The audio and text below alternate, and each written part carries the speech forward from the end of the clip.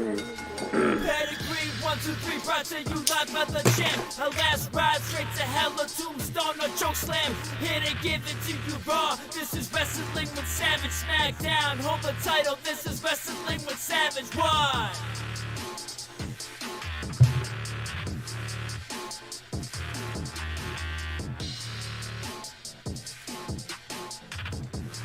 What's going on, guys? Welcome to the show. We're here now. We're going to be live talking about WWE SmackDown, which again I think came to you live from the Grand Rapids in Michigan. So I guess they did a double show over there.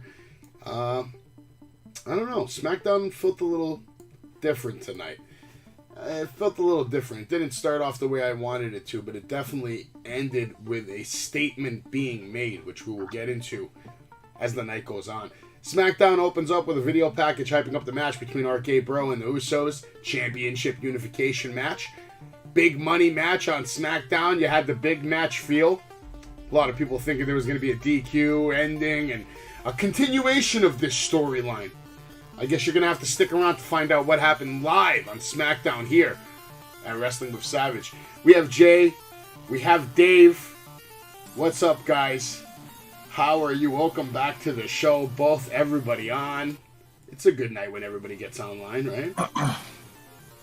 It's a good night. Yeah. Good night. Good night. Gonna have to go off you again. So yeah, we didn't have good weather here in New York. Jake can attest to that later, which I'm sure I probably would love to get into for a moment. Dave, how about you? How was the weather in Texas today? Nice and dry? hot as hell. Grilling a fucking egg right off the sidewalk, correct? Pretty much. I'm still waiting for a live feed from your Facebook. Outside of Stone Cold Steve Austin's ranch. I'm waiting for it. One day, I don't know when, you will see a live stream outside of Vince McMahon's fucking private house in Connecticut. I will go there. And I'm also going to do a live stream from WWE headquarters in Stamford, Connecticut. Jay may come along for the ride, but the video will happen. They need to know who I am. They need to know that they need to hire me as some kind of help. They need help, Dave. We should all get a job there. They need our help. We can help them with the creative direction. Because there's a lot of things I'm going to start really dissecting in the next couple of weeks. Not yet, not tonight. I just want to give you guys the indication of where I'm going with this. Because now that I'm really getting into the wrestling thing again, I start to think about wrestling now more than I used to. Now while I sit here and I think about the wrestling, I really start to break down and dissect everything that I'm taking in from all the corporations and all the companies.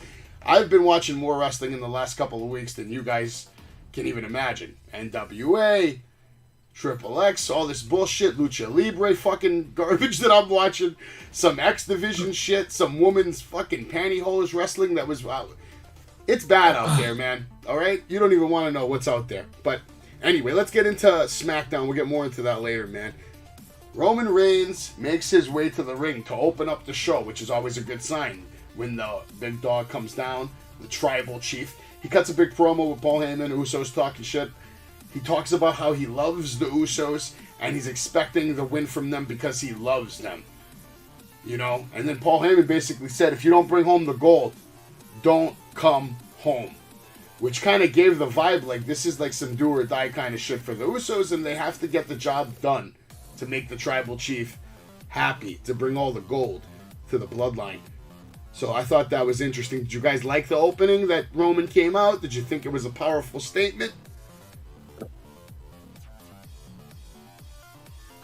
I don't know, No. Dave. You want to take this? Dave didn't watch SmackDown, so we're gonna get to Dave. So Jay, I didn't catch it till the end, so you go ahead. all right. So Jay, you're gonna get first take on everything until we get to the end, and then Dave will have something to say. For now, Dave can react to what we say after you say something. So go. What did you think of that promo? I thought it needed to start off strong. SmackDown's been slacking the last fucking month and a half of fucking arcade garbage. Yeah. I think it needed to start it off with the champion. I mean, isn't that what we're here for? To see the fucking champion? I mean, paid my hard-earned money. I haven't seen the champion open in quite some time, so needed to start off strong.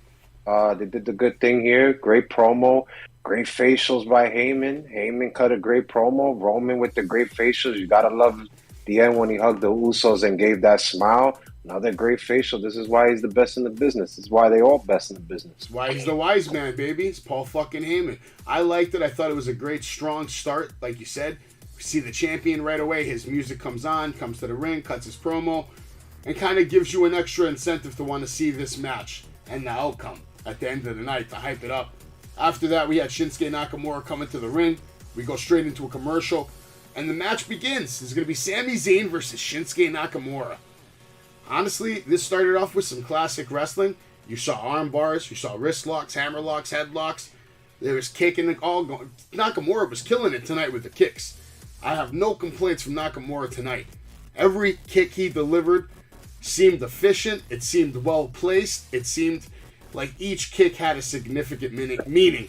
And then the best part was that the match closed out in a way that was reminiscent to like old school wrestling, where they're telling a story in the ring with ring psychology. Like last week, Sami's trying to get all these count out wins and screw him over, and then Nakamura just turns it around, and he does the same thing to Sami Zayn, playing games with him, saying I can do that shit too. So I like it for the developmental character of Nakamura. I think they're doing a good job and making him look good, and then building him up maybe for an opponent as Roman Reigns. I don't think they would give him the title, but I wouldn't mind seeing it go in that direction because I'm a big Shinsuke guy. I liked it. Also, McAfee was giving big praise to Shinsuke, talking about how he was like just so much better than he's ever been in his whole career, and he's had a long career, 20 years. And when you have this guy who's a big fan of him as well, maybe even a bigger fan than me, saying that this is the best he's ever looked, I can't argue with him. I kind of agree. Sami took control of the match with a classic like hair pull, which is like a classic heel move, and I appreciated that. Sami was trying to stay as aggressive as he could early on. He went for a high risk move. Shinsuke countered that into a superplex, and then no, Sami was like, nope. He blocked it, landed a big elbow, kicked Nakamura down, and then basically Nakamura ripped Sami down, balls first on the turnbuckle. That actually looked good. They sold it well. We go into commercial. Shinsuke with a high-speed Ninja Warrior-like kick, followed by a sick combo that only the King of Strong Style could pull off. Basically, we were getting a good look at vintage Nakamura sliding to the outside, hitting a modified German suplex while sliding, Dave. He was sliding from in the ring, out the ring, and Sami Zayn had his legs spread, and as he's sliding out the ring, he fucking German suplexed him. Shit looked like some Matrix shit. Made it look really fucking good. Shinsuke was going for the finish. Sami rolled out the ring. Nakamura got hit with the Michinoku driver. And then Sami tried to win by countout again. Now Nakamura, he wasn't having that shit. And basically he gets back in the ring. And he did something to Sami to get him outside the ring. And Sami had to basically beat the 10 count. So instead of him doing what he wanted and get the win by countout, he had to zoom back in the ring to avoid the 10 count, and then gets fucking nailed by the King Nasha, I don't even know how to say it. I gave the match a 3.5. Shinsuke looked very strong, won the match. What is it, the King Sasha? It's King Sasha, right? There you go, you just said it. King Sasha. Fucking sexy move, too. Great fucking finish. What'd you think, Jay? My favorite part of the match was, I wrote it here, when it was over. That was the best part of the match because I didn't enjoy this match at all. It's the same thing I saw last week. There was only a Michinoku driver on the outside by Sami Zayn. You didn't enjoy that sliding fucking German suplex, man. I didn't enjoy the seizure kicks in the corner turnbuckle either. Wow. Yeah. I don't need all those bullshit. This is the same shit I saw last week. Same shit again. Same rating, 0.5 star. And Nakamura was way better in New Japan and NXT. This run, no. Not feeling it. You can't blame him. They kind of built him up pretty shitty when he wasn't defending the IC belt for like a year. So like, you can't blame Nakamura for WWE's booking. I'm not going to let you do that anymore. I'm not going to let you shit on a wrestler because of the booking, man. They shitted on him. Dave, do you agree? Shit on him because he couldn't talk English. Do you agree that we should shit on this guy because of bad booking? It's not bad booking. What? Nakamura doesn't suck. It's not bad booking. You're saying it was good booking? When he came to the main roster, he couldn't speak English, and they shitted on him. Having him help Boogs Right? get a push just for Right. Boogs to get injured, that was a good idea. I'm not even talking. I'm talking about his whole career coming up. They shitted on him.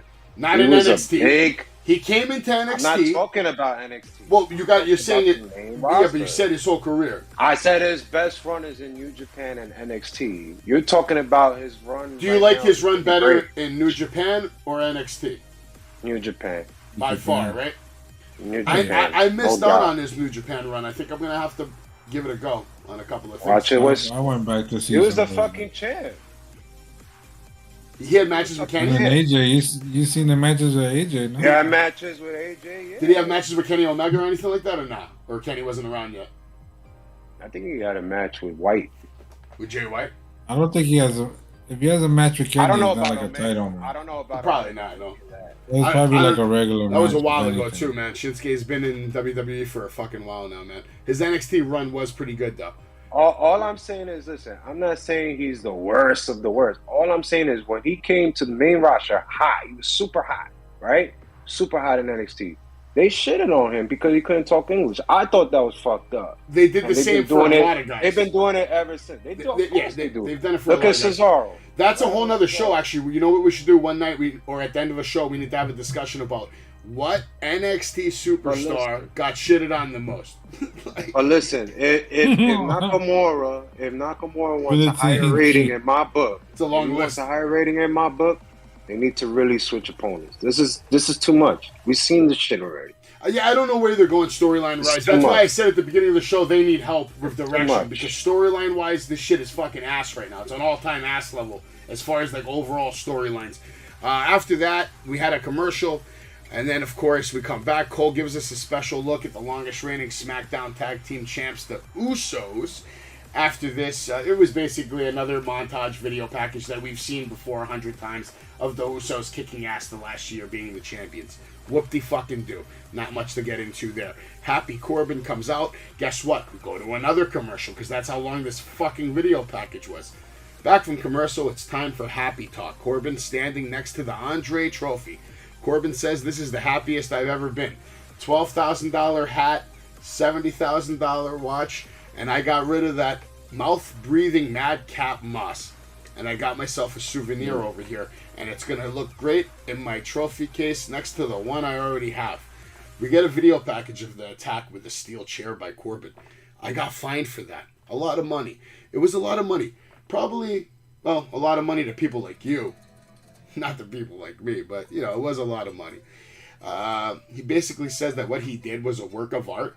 And like any work of art, you have to appreciate it more the second time you watch it. So let's watch the video again.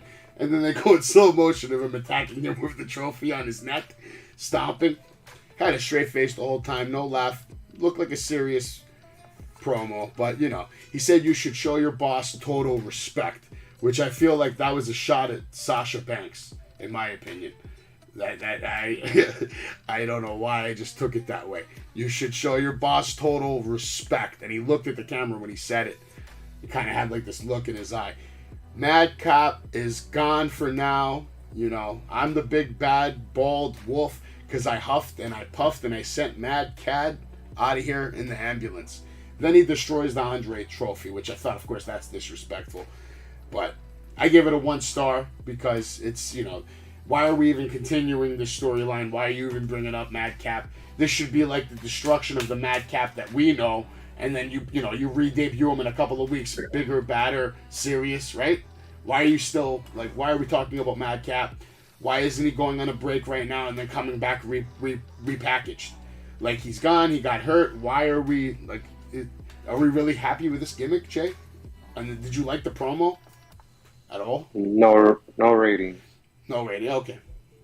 Do you want to see Madcap get repackaged or is he on your list? I think we know the answer to that. He's on the list. Dave, same question. For Madcap? Yeah, repackage their list. List.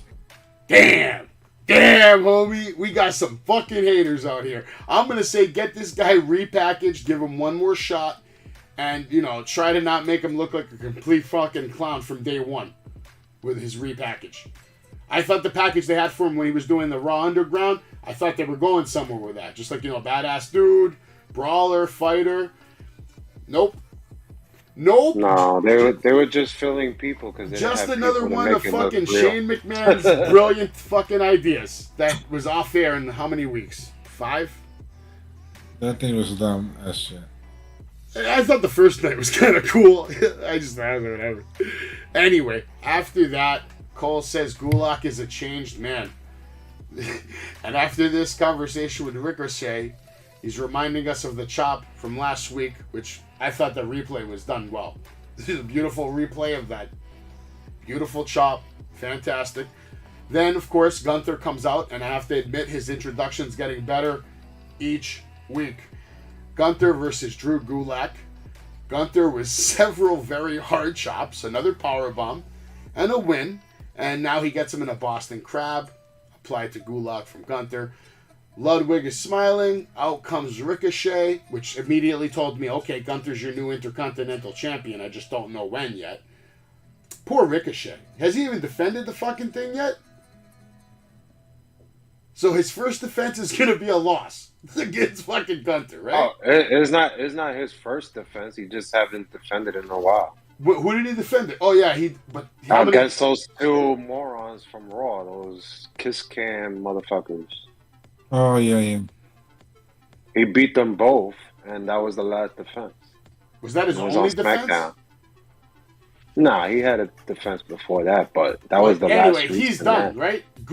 That's where this is going, Jay. What do you think? Definitely, right? Gunther's taking that. It's going to the title change, but I want to see the title change, not title change. I want to see the belt change. That belt's disgusting. Well, maybe Gunther will bring a new design along with him. I hope so, because I looked at it up close tonight, and I was like, wow, this shit really ugly. I gave the match a 2-star because we saw it already. You know, nothing special. It was the same thing, basically. The only difference was Ricochet coming out at the end. I didn't really rate it that high. It's a squash match. I gave it a 2-star because Gunther, chopped the shit out of him and powerbombed him, and that was great. What did he really do? He didn't really. He just held on to his arm, yeah, chopped him 3 times, powerbomb. That's it. I can't rate that. It looked like you took it a little easy on him this week. If you didn't take it easy on him, I would have given it a 5-star. If he would have went full Gunther, this would have been a 5-star. I'm going to say something. I actually want Ludwig to wrestle. I don't want him to talk no more. I want him to wrestle. So I hope there's a tag match next week or something. It might. Yeah. It looked like it. What do you think of this whole situation, Dave? I'm not a big fan of Gunther, Walter, or whatever his name is. You don't like the Gunther?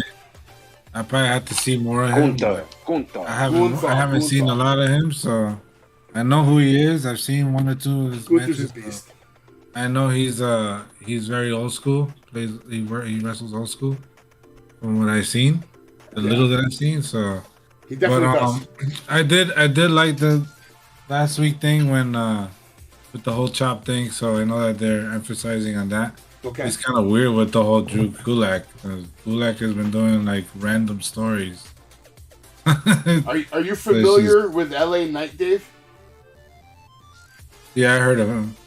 Yeah, well, he made his debut tonight on SmackDown. Max Dupree shows up and says he's ready to work.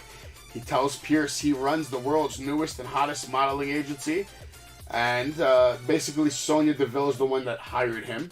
And then Adam Pierce is like, oh, Sonya hired you? Yeah, she's kind of fired. So, yeah, you're not, like, really hired. And then Dupree says, well, I have a contract that says otherwise. So you might want to just get your lawyers on the line or something. And then he makes sure Pierce knows how to say his name correctly. It's not Dupree. It's Dupree! Okay, Max Dupree. I've seen him on SmackDown. I mean, on NXT, and he's definitely good on the mic. He's good in the ring. So I don't know how I feel about this whole Dupree situation. Jay, I'm sure you have a take on this because I know you know him. Very upset. Very upset at the name change.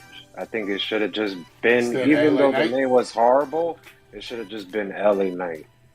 But I don't know where this Dupree, but I get it because they're trying to do the syllables. So we had Eli, Drake, then we had LA Knight, now we have Max Dupree. So I get where they're going, but I don't like the name change. I thought it was fine.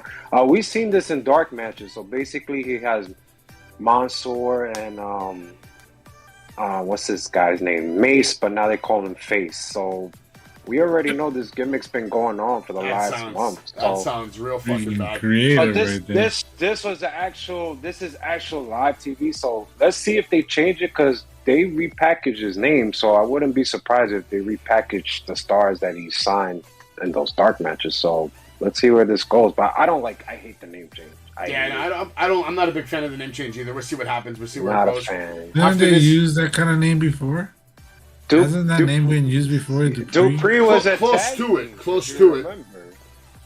Remember Dupree, that tag team with the British with the flags? Yeah, it was terrible. In the early okay. 2000s. Yeah. But they were like French. This guy's not even French. Speaking true American in the promo. I'm like, He did say that he's from Paris. His company's from Paris. He didn't even have an accent. Oh, He was Lord. just talking straight up LA Knight. Oh, he's an American. He's He's like me. I'm a Greek American. He's a French American. What's the problem? Got a problem I'm with not all gonna my say it was a European problem. people? I still think this was I'm gonna still give this a 3-star promo because it was a good promo. Actually, I was gonna say I didn't like the name change, but it was still a good promo because this guy's good on the mic. He didn't make any mistakes. Very clear, good talker. Good. He's good. Let's see what comes from that whole situation. Anyway, after this, we had an interview with RK Bro coming after this commercial. Another commercial with the match flow reminder, showing us Ronda's match from last week, which was cool. I was wondering if we were going to even see Ronda tonight, and the answer to that is no. She took the week off. After this, we had a segment with Schatzy and Aaliyah. They were talking some crap while Raquel comes out smiling again. Schatzy telling her, "You're too nice. You're 6 feet of disappointment, and I'm going to make you pay in our match right now. You absurd Amazon." Not a bad little line from Schatzy. Definitely talking a lot of shit in a quick amount of time. Because I like Schatzy. I enjoyed her work in NXT. So I didn't like her getting shitted on tonight. Because she did get shitted on. After that, we had a match with Raquel Rodriguez versus Schatzy. And of course, we go to commercial again. Back from commercial. They're hyping up Clash at the Castle. They're telling us that over 40,000 tickets have already been sold. And the poster itself is hinting at Drew McIntyre versus Roman Reigns. Obviously. Just throwing that out there. Cody, you can see Drew's holding the sword. And then in the sword, you can see Cody's reflection, bro. That shit is crazy. Did you catch that, Jay? I saw it. It was just stupid. What kind of... They're telling you some shit. Like, it's going to be this guy, and then it's going to be this guy. Like, you know... We all know it's Roman, so... Oh, I wanted to throw out one thing. Also, I noticed... you know that AEW shirt I have? With all the characters on it? The one I bought that night? You know who's dead smack in the middle of it, right? Cody? Adam... Who's in the middle? Adam Cole, baby. Adam Cole, baby. Not CM Punk. Not Hangman Adam Page. I'm telling you at Double or Nothing right now, if you want, I'll put $50 that Adam Cole... We're on SmackDown right now. Adam Cole is doing the finger poke of doom to Kyle O'Reilly. I'm just telling you right now, 100% that shit is happening. They're doing it. They're fucking doing it. It's going to be great. After this, we're back from commercial. The match begins. There's some trash talking right away. Schatzy was attacking Raquel immediately, talking trash, and just starts beating the shit out of her. Raquel shuts this down immediately, takes control of the match, showing her again her raw power. There was a nice running sunset flip that turned into a minor choke slam into like the corner. Not a complete choke slam, just like a choke and then a slam into the corner. Schatzy trying to lock in the rear naked choke. Raquel backs her up into the turnbuckle. Schatzy landing some nice kicks and a knee, doing everything she can to keep Raquel away. Impressive catch from the powerbomb position into the fall-away slam. Very impressive power. Another fall-away slam from Raquel. She goes to the ropes, hits the corkscrew splash. She's all fired up now, and she goes for the super impressive, I don't know the name of this finisher, Jay probably does. It looked like a gut-wrench super choke slam for the win. She picks up the dub and yells, "I'm here to stay." I gave the match a 3-star. I thought it was impressive. Jay, what is your take on this match?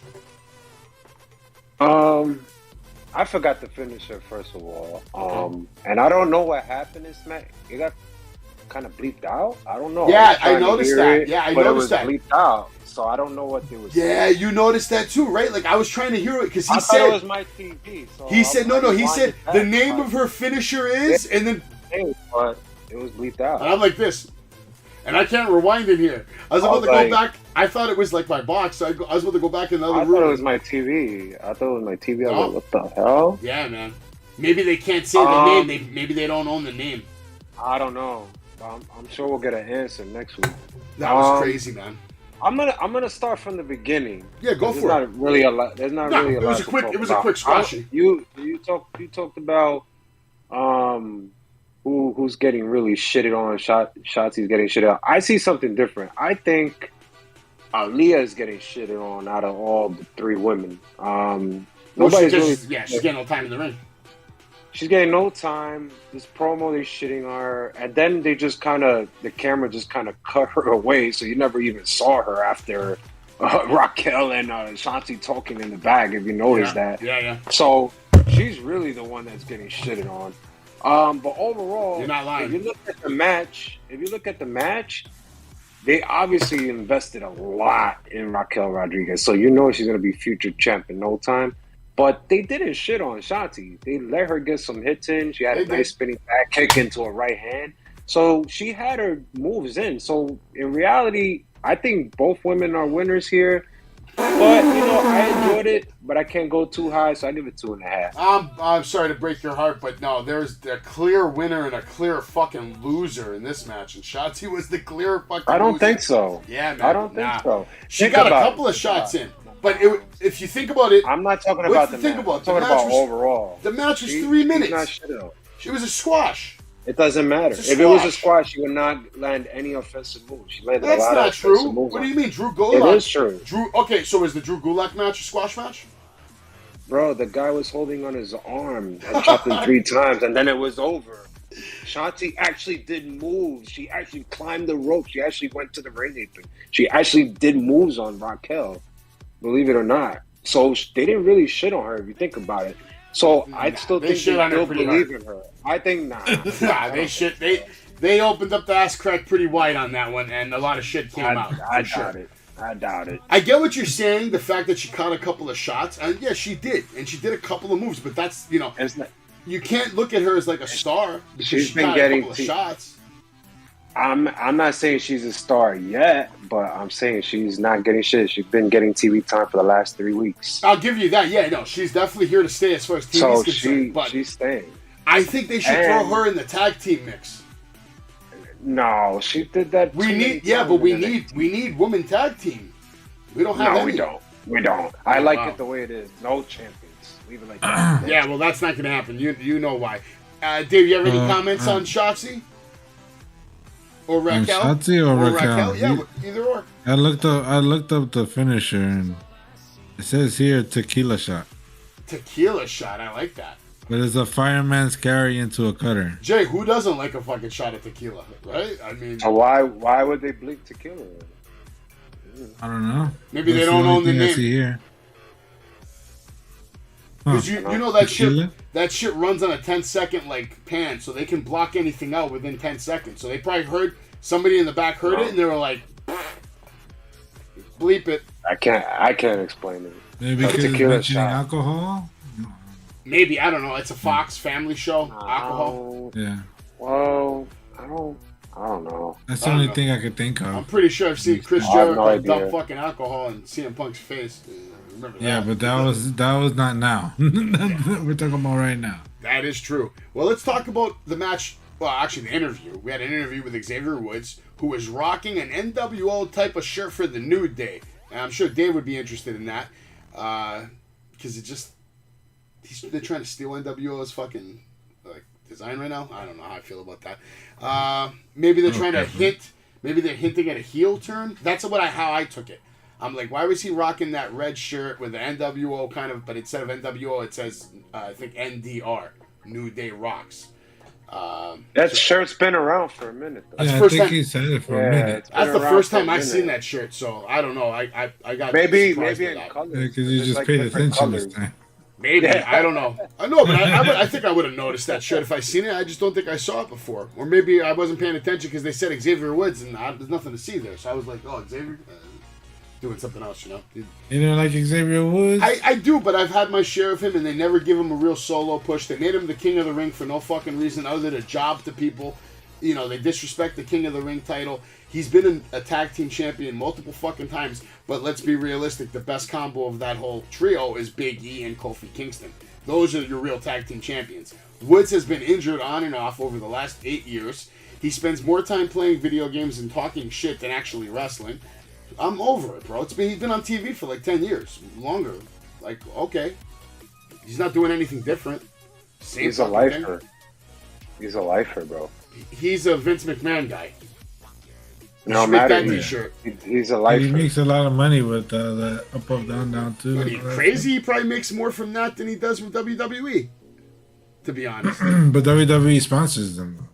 Because he sells his merch on their website. Even better, man. So yeah, he's got a good thing going. He's not gonna ruin that shit, bro. Especially if they're letting him do all that. Anyway, and after he gets this, to play video games and all that shit. Yeah, no, absolutely, yeah. It's a dream come true for that guy. Well, anyway, we have a match now with Xavier Woods versus Butch. Back from commercial, Woods was doing some sit-ups in the ring, you know, joking around, not taking it serious. Sheamus and Ridge are hyping up Butch. Basically, Butch is going to come out on his own and fight Xavier Woods one-on-one. Xavier told him earlier in the night, come out like a man, fight me one-on-one, leave your boys in the back. So basically, Butch, this was funny. This to me was the funniest part of the night right here, dude. So they're in Gorilla, right? And it's Butch and Rich Holland and Sheamus. And, you know, they're about to cue Butch's music so he can go out. So Sheamus is hyping him up. He's like, yeah, get him, Butch. So you see Pete Dunne just straight up slap the shit out of Sheamus in his face. Like a real slap. You just see the look on Sheamus' fucking face. I don't think he was expecting that shit, like, to be that hard. So that was fucking great. Then Butch makes his way to the ring. And finally, I'm happy to see Butch get some screen time by himself because he comes out to Sheamus' entrance. And, you know, that big white light. And you know how Sheamus... He literally just stole Sheamus' entrance. Came out, did Sheamus' whole fucking shtick. Walked out to the middle of the ring. And I loved it. I was like, finally... Pete Dunne on TV getting some real shine, you know what I mean?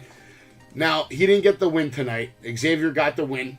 I'm not really going to go into too many details. I have the notes over here, but honestly, I wasn't happy with the ending because it ended with a dumb roll-up. So, Jay, I'm going to let you take this one if you want. I'm sure you have it all written down. If you want to cover it. If you want, I can do it. I can do my play-by-play. I got it written down. It's not a problem. There's nothing play-by-play about it. Woods had a nice pop-up clothesline. It was a nice kick to the head to Butch. Butch had him between the ropes, started kicking his head. Did a couple of forearm shots while he was on the mat, while he was face down on the mat. That led the referee to push while Woods got the roll-up for the 1-2-3. Overall, there was really nothing really going on here. I was not impressed with this match because I think this is like the maybe 3 or 4 times that Butch has lost to Woods. He's beaten pretty much Kofi, but he keeps losing to Woods. So yeah. I don't know where this is going, if it's a one-on-one Hell in a Cell match or some shit like that, or maybe next week. But I just don't think you can't bury someone that has some fire right now, and he has some fire. It's getting attention out of everybody, even though the gimmick's fucking retarded and, stupid, and, you know, and the name. Don't worry, listen, we have zero fucking people watching us right now. So at this point, I mean, you can go all out. Well, it's just Friday. It's stupid overall. It's just stupid overall. We're live. There's nobody fucking here. It says 0 on my fucking screen. Retarded. We need a retard jar. It's retarded. Yeah, we need a retard jar. All right. Tonight we're going to go all out. This is going to be the retard episode, people. Yeah! I'll give it a 1 star. 1 star? Well, listen, I give it a 2.5 star because I still thought Butch did an amazing job as a performer. Got in the ring. He makes everything look good. Gave me solid shots. and really good little series and spots of wrestling of shot, and then, manipulating the joints. I liked when he did that submission and he was rolling his elbow and Woods' ribs. At least he goes out there and he performs, bro. He tries to deliver you an authentic wrestling performance where you're going to he tries to make it look as real as he can without really hurting you. I respect that. I didn't like the finish. I don't like that. And you know what else I didn't like? I didn't like that Xavier Woods did that fucking somersault clothesline. What the fuck was that? It's like a pop-up. Is that like the new trend now in wrestling? Like he just popped up. We just saw that shit on Wednesday night from Johnny fucking Stupid over here, who fucking does he doesn't even worse. My man does the cartwheel clothesline. Holy shit! Like Jay said, he's been doing that. Yeah, but guess what, David? I guess that's his move. It's fucking bad. It's not a good fucking look. He's been doing that for a minute. It's not, but I thought maybe he would stop doing that because maybe that's what didn't let him become anything, anywhere he's ever fucking been in his fucking career, except Lucha Libre, AAA, whatever. Over there, they make him the fucking Super Gringo champion. No fucking problem. But he comes to WWE, he's fucking the Miz's little bitch, and now he comes to AEW, and he's Samoa Joe's little bitch. So, what's the difference? Is there a difference? Poor Johnny, man. What a waste of a fucking body and a mind. But he's a dumb fuck on the mic, isn't he? I blame him. I blame him for his career. Nobody else to blame except yourself when things don't go your way. The reason I'm not a professional wrestler is because I didn't go become a professional wrestler. It's my fault. The reason why he's not a WWE champion is because he didn't go become a WWE champion. He had all the tools. All of them. But you know what? He didn't have that other thing. The thing that says, I'm going to go take it. Sometimes you got to step on it. Tough enough? He wasn't tough enough, right? I think so. But he's a hell of a good performer, man. But it's just sad to see where his career is going to take him, which is nowhere. His best years are past him, though. Yeah, well, Ric Flair's about to have a last match. We're going to get into that in a little bit. You heard about Ricky Steamboat decline, though. Yeah. Good for him. Good for him. He doesn't want to die in the ring. Can you blame him? He's 60. He's 69.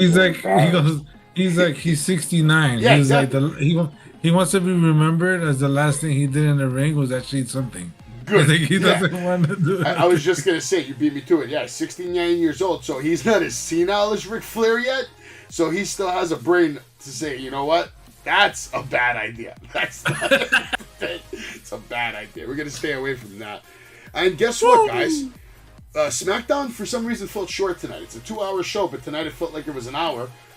There wasn't really a lot to cover. We're at the end of the show right fucking now. After the match, basically, what else happened on that match? Anything else?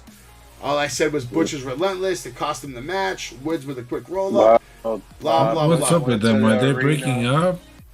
Are they going to break up? What's going on with them? I don't know. Butch left in the arena. Yeah. Then they went to the ramp. Woods went to the ramp. He That's from right. behind. Yeah. And as Woods celebrates, he's approached by Sheamus and Ridge, letting Butch get the cheap shot in from behind. And then we get the video package for RK Bro, Monday Night Raw Tag Team Champions, to highlight them and their championship run, which was about to come to a fucking end. So if you've been watching and waiting to know who won the match, you got it. The Usos fucking win, and they win in convincing fashion. Back from commercial. Woods says he's sick of the numbers game. Next week there's going to be a 6-man tag match. Switching gears, we're going to get into things Michael Cole on live TV gets into it. Says, let's talk about Sasha and Naomi when they all let us down because of what they did. They are suspended indefinitely. And we will have a tournament to determine new champs. After this, Riddle and Jimmy start off the match. The match begins between RK Bro and the Usos. Right away, they were working well early on to take control of the match with RK Bro, but that didn't last long. Wiseman was also on commentary. Riddle looked like he was in trouble early. He looked like he got hurt from a Irish rip into the corner. Apparently, he had a bruised hip that they had to go to commercial and take a break to make sure he was okay. When we come back from commercial, they're basically beating the shit out of Riddle. We were told he suffered a bruised hip. Jay and Jimmy taking full advantage of Riddle, working the hip, basically dissecting one half of the tag team champions. Riddle finally landing the big knee and makes the hot tag to Randy, who shows us vintage order immediately, which is never a good sign. When you have a tag match and Randy pulls out vintage order immediately, 99% of the time it's because he's about to take the fucking loss. So he's trying to get out all his fucking moves before that loss comes. And I know it. Riddle finally, like I said, he landed the big knee. We get the hot tag in. Orton comes in, hits 2 power slams, hits his patent DDT from the ropes, does the drop down taunt. He hits the RKO. We get the 1, 2 counts broken up by Jay. Riddle then turning up the speed. Nasty forearm sharts in the corner. A suplex. He goes for a Broton. Gets double knee counter by Jay. Jay gets the pop-up Nate Breaker, which was a nice looking move. And then what do we get? We have Jay and Riddle on the top rope showing excellent balance, by the way, because they were up there for a minute. And then out of nowhere, the tribal chief makes his presence felt, comes, interferes in the match. Usos pick up the win with the splash, and they're now the undisputed, unified tag team champions of the world. They've surpassed their uncles as the tag team champions. They're like the best tag team champions in the history of their family now, according to everything we heard tonight from Paul Heyman and from Roman Reigns. They're now acknowledged as the greatest tag team of all time, and the tribal chief and the bloodline and SmackDown very dominantly, in very dominant heel-like fashion. They cleaned house, kicked the shit out of Randy, attacked him with the stairs repeatedly. They choked out Riddle. They choked out Randy. They put Riddle on the table. They get a frog splash from the top rope through the announce table, which he almost missed, but he still landed on part of the chest, so I counted. He hit it. He didn't get it, all of it, but he hit enough. Good fucking finish. Good heel finish. And the bloodline goes off TV, not holding 1 title, 2 titles. They're holding 6 titles on TV. That's the image that all these little kids are going to see. They're going to go to school on Monday. And anybody that's a bloodline fan, they're very excited tonight because their favorite wrestlers are walking around with a lot of fucking gold right now. A lot of fucking gold. The only thing I could see that would make this better is if Solo wins the NXT Championship, comes to Raw, wins the Intercontinental Championship, or some other shit, and they just have like even more gold. That's the only way that this can get better. I thought it was good. I gave it a 5-star finish because it was fantastic. Because this is SmackDown. We're seeing titles exchange hands. We see a finish. We got a completion of this story tonight. This is over. There's no rematch. This storyline is over. Fuck Riddle. Fuck RK Pro. Let them go their own way. I'm praying that that's what this is. I want RK Pro. Bye-bye. Let them have a little... That would be a great Hell in a Cell match. Randy versus Riddle. Let's see that. No? What do you think, Jay? I think you're a little fast for me. I'm going to go way back to the Michael Cole statement because you just kind of speed up. Because I wanted to get into all that after. Yeah, go. Whatever you want. That's actually bullshit. So if anybody fucking listened to that shit, that statement was bullshit. They said Sasha Banks, Naomi walked off the show. They let us down. They took the tag team titles and they left it there in the office. The actions disappointed millions of fans and superstars. They are suspended indefinitely. But don't worry, folks. There's a future tournament for those tag team titles coming very soon. If you looked at Pat McAfee's face throughout the whole time Cole said that, looked shocked. It was very uncomfortable, shocking, surprising, because I'm sure he was just listening to that shit as he was going in the year, and this guy, McMahon, just went on a fucking rampage. So he looked very uncomfortable. Even when he tried to say something, it was just uncomfortable. That was just all bullshit. We all know what's going down with them. But to the match, I thought it was a really good match. It had some good spots. Randy threw Riddle for that splash. They always do that corkscrew splash on Jimmy. The Usos, I don't know what happened in that commercial break, that strong Irish whip that supposedly Riddle hurt his hip. I don't know if that's true or not. That was weird. I don't know if that... Yeah, it was weird because they kept mentioning it. I thought it was work, but they kept going at it. And then the Usos lifting him up for that double hand slam. That was a good spot too. There was a DDT on Jimmy, followed by the RKO. But obviously, you know, Jey Uso broke that up for a 2 count. That was a big pop out there in Michigan. That was a good spot. Riddle did the nice fisherman suplex into the senton. That's a good spot. But what do I hate that I've been saying last week and every other week these guys are on? Why does he need to go for that super RKO spot? Is it like getting old already? Because that's basically was the finish of the match. The same spot that we saw last week. We've seen the same shit. Like, what is going on here? And I don't like it. I said it last week, and I'm going to say it again. I do not like it. I love how it finished, because if you start a show strong and then it's shit in the middle, you got to end it strong. And they ended it strong. I was surprised that there was a winner. I thought there'd be a double disqualification. But you know that now Roman interfered and there's cameras all over the fucking place. They're going to fight Hell in a Cell for the tag team titles. So I'm still going to give it to the Usos in a Hell in a Cell. But overall, this match has some good spots. I'm going to give it a 3. It had to pick up where it is. Heyman facials was crazy good when he stared at Cole, when Cole was talking shit about the bloodline. So I got to give it 3 stars. This was pretty good. And I don't even like RK Bro like that.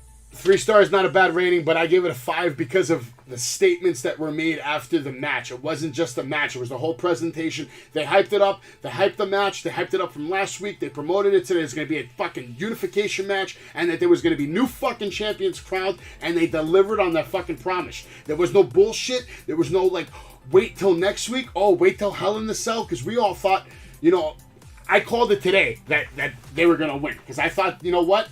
They're just going to win today. They're the bloodline. They're the fucking best. They're going to have all the titles. They're going to win today. And that's what happened, and I liked it. It was good. It's going to hopefully dissolve Riddle and Randy, let them go their own fucking way, do their own fucking thing, maybe have a couple of matches first before. And also today, Randy Orton made a statement.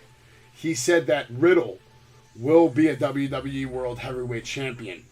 Do you guys agree with that statement or not? What about Dave? What do you think? Well, I actually saw that match, so it felt like the same thing that we saw was on Monday. Didn't they have a match on Monday?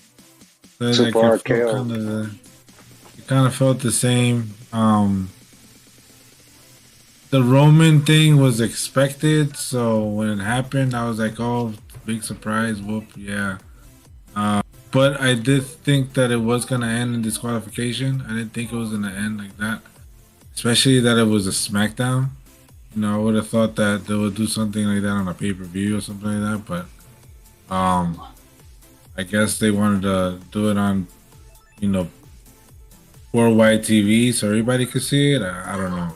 But anyway, I think I gave it a 3, the same as Jay. I didn't think it was a big deal, especially the fact that the ending was kind of expected. So you know. Seeing them at the end, I kind of saw that coming. I was just happy. I think there was a clean finish. That's, you know, to me that makes a big deal. I think there was a statement though. Like, you could obviously see that Roman is gonna transition into Randy Orton. They're gonna have a program. Probably. Well, I said that last time. I said but that. It looks like it. I think it's gonna go from Randy to Riddle to Drew in September, and that's it. Then we'll see what happens after that. And then we're going to see Cody any Rhodes. Of them gonna? Cody Rhodes win. Any of them gonna win? I see Randy 2 times. I see Riddle maybe SummerSlam and Drew in the Clash of Castle in September. I bet you Cody wants to win the Rumble. He wants to win the Rumble and then win at Mania. That's guaranteed how he wants to win. He wants like what Ric Flair had. He's not going to win the Money in the Bank. He won't win Money in the Bank. No, I bet you a clown wins Money in the Bank. What if he wins the Money in the Bank? You know who's going to win the Money in the Bank? Ezekiel. Brock. Not after that performance on Monday. Nakamura. I don't know about that. I would like that. Edge? I would actually like that. No, too many times. been done already. Damien. No. It needs to be a star that's upcoming. Someone that has some fire. but I can't think of something Theory. right now. Theory. No, come on. He's huge come champion on. right now, so What? That should be Yeah, sick. you can't give it to him. Somebody that's upcoming. too soon. Not Theory, yeah. What if they do this next year, right? Theory gets the thing, and Here then he's comes. like, I don't want to cash out. And he's just, whatever. He has a match. And then Cody wins the belt at Mania. And then Theory comes out and cashes. And just takes it from Cody that same night. I think he should lose the belt before July and then win. I would like to see that. Because that kind of builds their future story. They already had the match. He already did the cartwheel on him. Who you lose the belt to? That's the problem. Raw doesn't have superstars. You can lose it. Who you lose to? Miz? Lashley? No. Omos. Almost. He's gonna be fired. Well, anyway, let's talk real Almost. quick. Ric Flair's last match. I heard FTR is getting involved. Midnight Express. The Four Horsemen are going to be there. Do you guys have any interest in watching this? Are you going to watch it, or is this not even worth watching? Oh, you spoke about FTR. I saw Rampage. They were on Rampage tonight. Yeah. Yep. But what do you think about Ric Flair's last match? I don't think this is a good idea. I think everybody saw the video with him and Jay Lethal, and you could see Jay Lethal was playing it safe in every move. That's not good. That's not good at all when you watch it. So watch it again, and you could see everything is basically in slow-mo. That's not, I hate to see that. I mean, Ric Flair's the best, but no. Yeah. Why do you think he's doing it? Is it just for fun? Are they just going to go out there and just joke around, basically? Maybe? I think he wants the satisfaction. Yeah, I think he got After shitted they on retired. WWE. I think they shitted on him. But how they Some shit like on him? bad His last fallout. match was at WrestleMania against Shawn Michaels. It was like some bad fallout. I heard. Well, I'm not too yeah. entirely sure. But that's going to make him want to change probably his why. legacy. Because right now his last match is a WrestleMania match. And he wants to change that I heard to the heard Nashville that- playground. I heard that he got divorced and or separate. No, let me rewind that. I heard he got separated because he just got back with his wife. He got separated before, and I heard that nobody was there to support him. He kind of felt a type of way toward WWE. So some shit like that. Copy that. Okay. We'll see. Good luck to him, and hopefully he comes out of this alive. That's all I care about. I mean, it's going to be slow pace, man. It's not good for No, business. yeah, of course. It's going to be It's very bad. It's bad to watch. FTR is going to to keep watch. him very fucking sick, and he's not going to have one problem at all. But next, real quick. So you're Vince McMahon, Sasha Banks. You think that was a personal statement from Vince McMahon that Michael Cole read, word for word? I think this is a very, very big fucking statement because do you announce it just on I was kind of TV? shocked that they even talked about it. But I didn't think they were going to bring it up. What? They still said the same statement they said that night. So nothing has changed. They just announced it on the air. So they're trying to basically save their asses. Like, no, we're the good guys. We gave him these opportunities. We gave him this and that. And this is what they do. Yeah, Not but to us, but to all of you fans out there and everybody. You know, they're trying to shit. Like, yeah, yo, they fucked up. Yo, but fuck them. Wait, They're so trying you to don't get the agree? I fans thought you said turn on. they should be fired. I said Sasha should be fired. I never said both of them. But if you want to take it that route, I mean, if you think about it, what I heard today is that their contract's about to be up, both of them. So it doesn't matter anyway. I think they knew exactly what they were doing, and I think Naomi knew what she was doing because Naomi's contract's ending really fast. Not Sasha's, but Naomi is. So I think she just like, you know what, fuck it. I ain't getting shit here either. I'll just leave with you. I really hope we don't hear their music in fucking AEW. I don't need to see Sasha no more. Yeah. I'm done with her WWE. She can stay with the Mandalorian or Boba Fett. I don't do even want something her in else. Star Wars. Yeah, I don't care what you do. Fuck that. Just stay out of the fucking WWE ring. We don't need to see that shit. Real quick, I guess we can go over the Rampage. Rampage came to you previously fucking recorded. It was a quick show. Kicked off the match the night with House of Black, Malachi Black, Buddy Matthews, and Brody King versus Fuego del Sol, and 10, and Evil Uno of Dark Order. I thought this match made Dark Order look weak in the beginning, but then Dark Order turned around and surprised me, and they actually had a pretty good performance. Buddy Murphy in the beginning was just abusing Fuego del Sol. Brody and Malachi are in the ring just abusing Evil Uno to start off the match. And his teammate 10 was just standing by watching. He didn't really do anything. I thought it looked really bad when you have 3 House of Black guys in the ring beating the shit out of one of your members, and then you're just watching. Like, why is it okay for all of them to be in the ring, and then you just stand outside and don't do anything? The match kind of makes no sense to me, too, because you have these big-time superstars, you know, on the B-plus show, and Malachi Black and Buddy Murphy, 2 superstars. Like, they're both ready to go.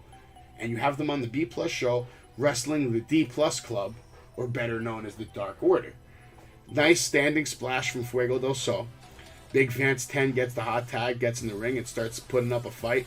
He even knocked Brody out of the ring. There was fantastic teamwork with the sling stunner from the apron into the German suplex. Looked very hot.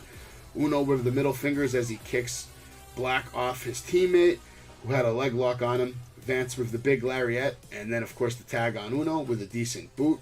A drop kick to the knee, which I thought he was kind of overdoing the drop kick. I mean, because it's hit or miss with that guy on the flying kicks. He had a couple of kicks to the face. He makes the symbol that the end is here, but we know that's a lie. Black with the moonsault, Buddy with the DDT on the apron, and then Fuego actually sold this really well. It was kind of like an RVD sell. He got DDT through the ropes, and then he just stood there on his head. I'm sure you guys both saw that. That was kind of good. And then, of course, we had the big Gonzo bomb by Brody. That actually looked really sick. He picked up the win with the pinfall. And at the end, which I thought was the best part of the match, like Jay's favorite line right there, the best part of the match was the ending. When it came to an end, Death Triangle came out to reveal a tombstone for House of Black at Double or Nothing. And I thought that was a nice touch. Cero Neto, baby, right? Cero Neto, am I saying it right? Miedo. Miedo? Miedo. Cero Miedo. Miedo. Like this? Yeah, miedo. That shit is hot. Whatever they do, that shit is fantastic. I gave the match a 3-star. Who wants to go first? Dave, you saw Rampage? Yes. All right, so you go first. What'd you think of this match? I enjoyed the match. I'm not particularly a fan of Brody King. I don't get him. I mean, he's just a big dude, does powerful moves, but I don't know. I don't see very much charisma from him. He's very he's just a big guy. That's the way I see him. Yeah. Poor Fuego. I know Fuego because I watch a lot of Sami vlogs, and every time I see him in the ring, it's funny because he's always getting his ass whooped. But somehow people like him, so I was just happy to see him on Rampage. So I was like, oh, hey, they actually have him on TV. That's cool for him. Yeah. But the match itself was alright. I'm pretty much in the same ballpark as you, about 3. So nothing big. What you think, Jay? I think I saw something different because this match started with a horrible head scissors by Evil Uno on Brody, and I thought he was just going to bust his ass right there opening this match. So I kind of see where this is going into this trio's future tournament match in a few months, whatever. But I didn't understand the point of this match. I think George said it best, that fucking 10 is just standing there like a moron while his partner's getting beat up by yeah, like all 3 guys are in the ring. It looked bad, right? I don't think this guy knew what to do or he miscued. I don't know. He just looked like an idiot right there. Evil Uno did a cannonball senton on Matthews and Brody, but my best part was when Black did the moonsault on the outside, Matthews did the DDT. Excalibur said ramp way, but it never hit the ramp way. It hit the red apron, you idiot. So that was probably the best part. Brody did that devastating, like, modified pile driver bomb. I know that was kind of nice.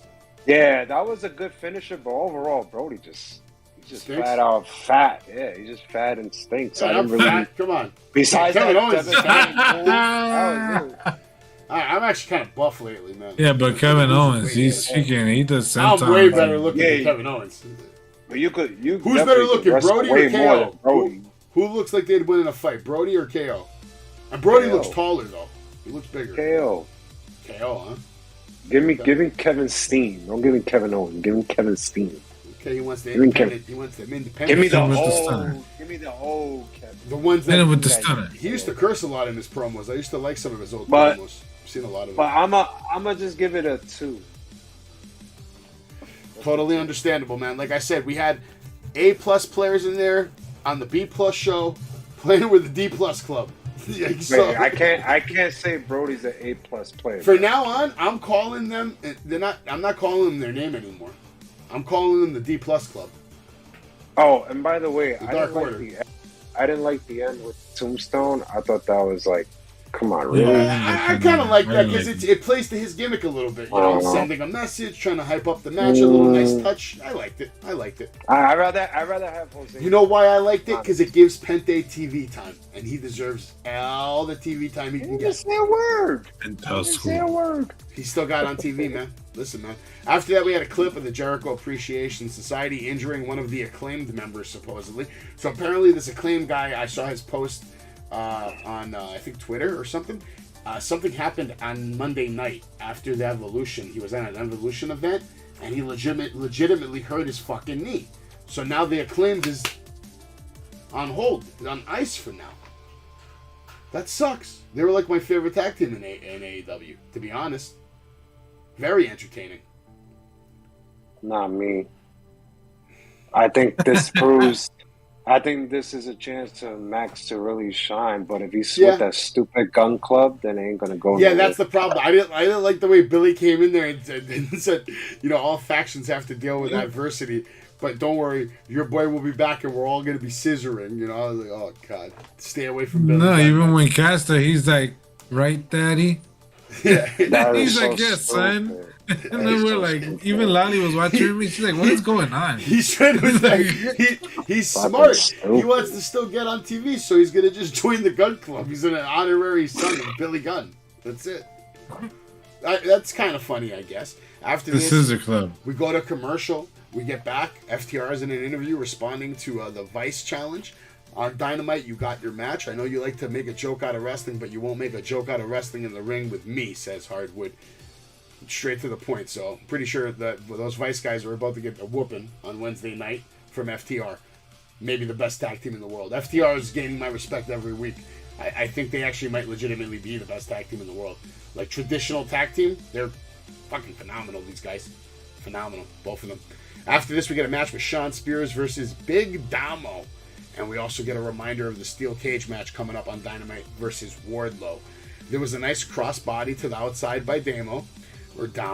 Spears dodges the Vader bomb, drops the knee pad, comes in with a nice knee shot followed by the DVD while yelling Wardlow. Beats him, grabs a mic, says, I am Wardlow's kryptonite. Fans start chanting Wardlow. Wardlow is going to be locked in a steel cage with me. There's nowhere to go with Shawn Spears, the Giant Killer. 2-star quick squash match. Any comments, guys? I think you should have said Doomsday instead of Giant Killer. He used all that Superman reference. You might as well say he was Doomsday. Yeah, good point. Good point. Awesome But, comic. The match, it was a match. It's no big deal. It was real Squash quick. match, Boom, yeah. boom. It's funny because Lolly thought that guy, what is his name? What was the other guy's name? Damo. What Big was it? Big Damo. Damo? Big Damo. Yeah, she Damo, thought it was one Damo. of the Viking Raiders. I was like, no, it's not the Viking.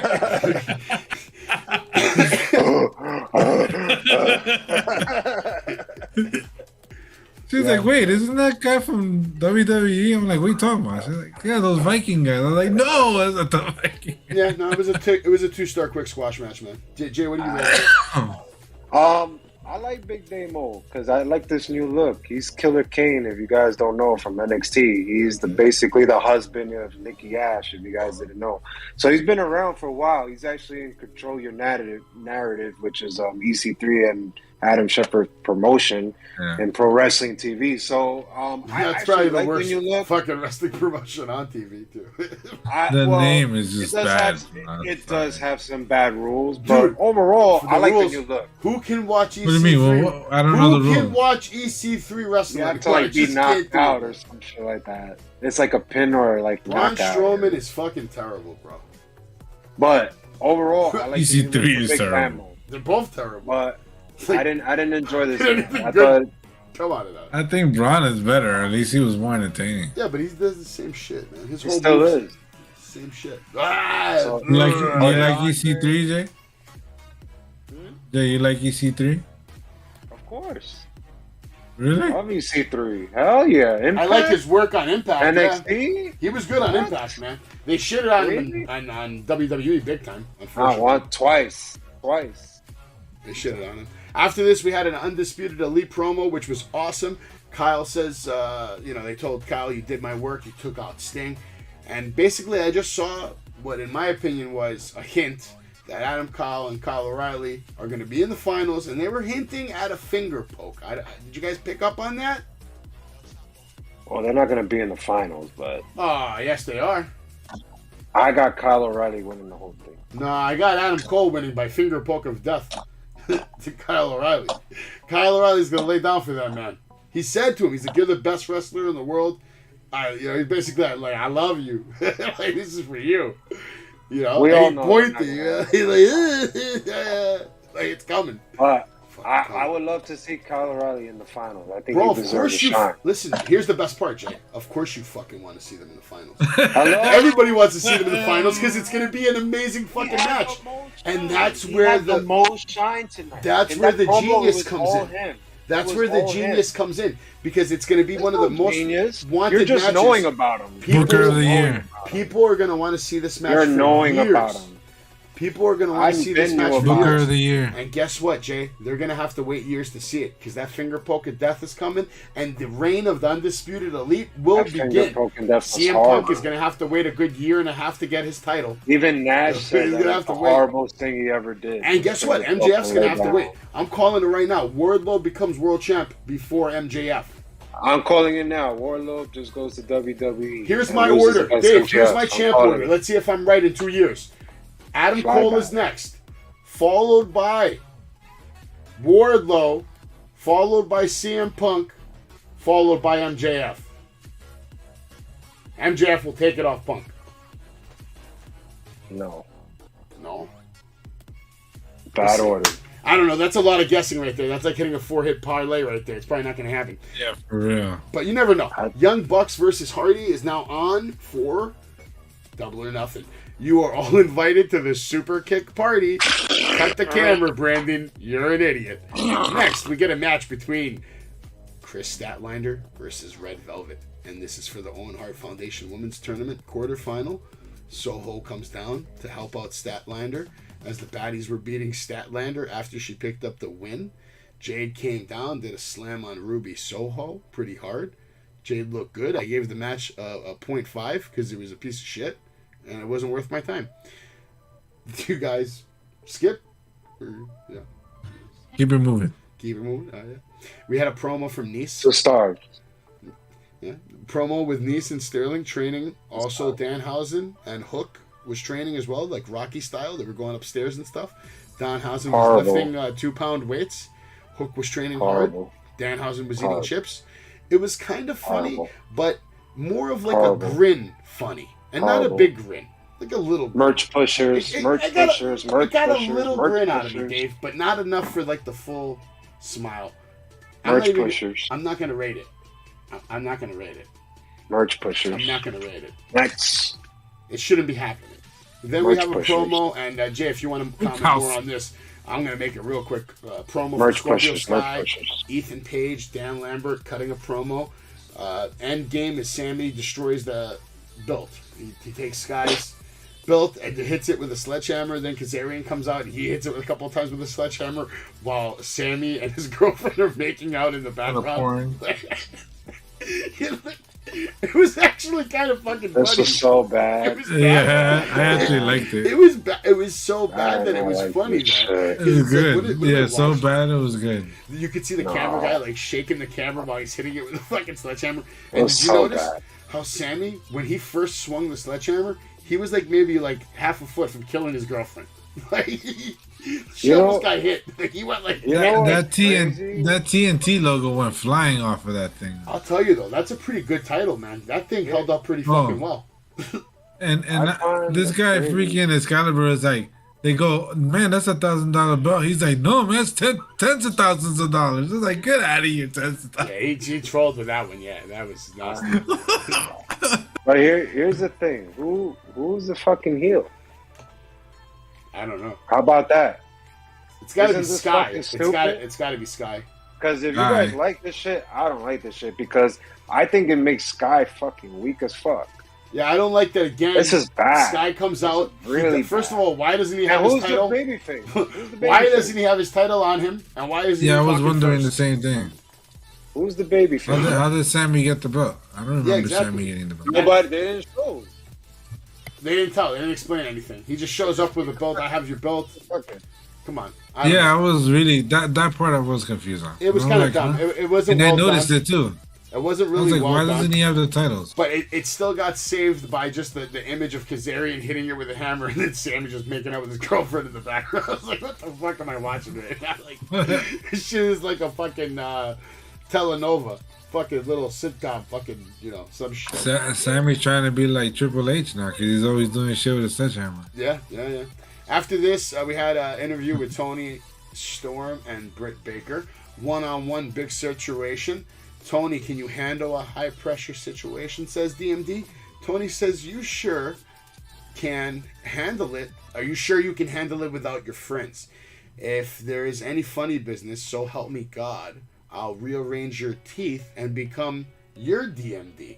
I thought that was a very clever little line. Well said, well spoken. Tony can actually cut a promo. A little impressive. Not bad. I haven't seen her cut too many promos in NXT. I didn't watch her a lot. I saw a few matches. I know she's a good wrestler. But not a bad promo. Now I'm actually a little interested. Who's winning that match, boys? Britt or Tony? I'm gonna say I thought the promo was really good, and this is the thing about Toni Storm. She cuts great promos, but her wrestling matches get worse every week. I have a feeling I'm gonna see the same shit Wednesday, so I'm going with Britt. Dave, do you even care? No. Dave's like, Not really. not really. Nah. All right, now and after this, we have the main event of the night. There's an interview with Mark Henry first. Seidel says, we will stay true to ourselves. We won't turn into violent monsters like you. Brian Danielson says he likes violence in wrestling. And then John Moxley comes out and says, did this guy just say peace and love and pro wrestling in the same sentence? Did he really just say that? He said, listen, we have the tools to teach you. Our tools are pain and torture. Everyone will learn tonight when you enter the ring with the Blackpool Club. Abandon all hope. I thought this promo fucking sucked and I didn't really care. So, it's time for the main event. By the way, I have to give a lot of credit to Excalibur. I don't know if you guys noticed what they put this poor man through tonight, but they basically gave him like an essay to get out in like a 2-minute time frame. Oh, This guy went fucking in.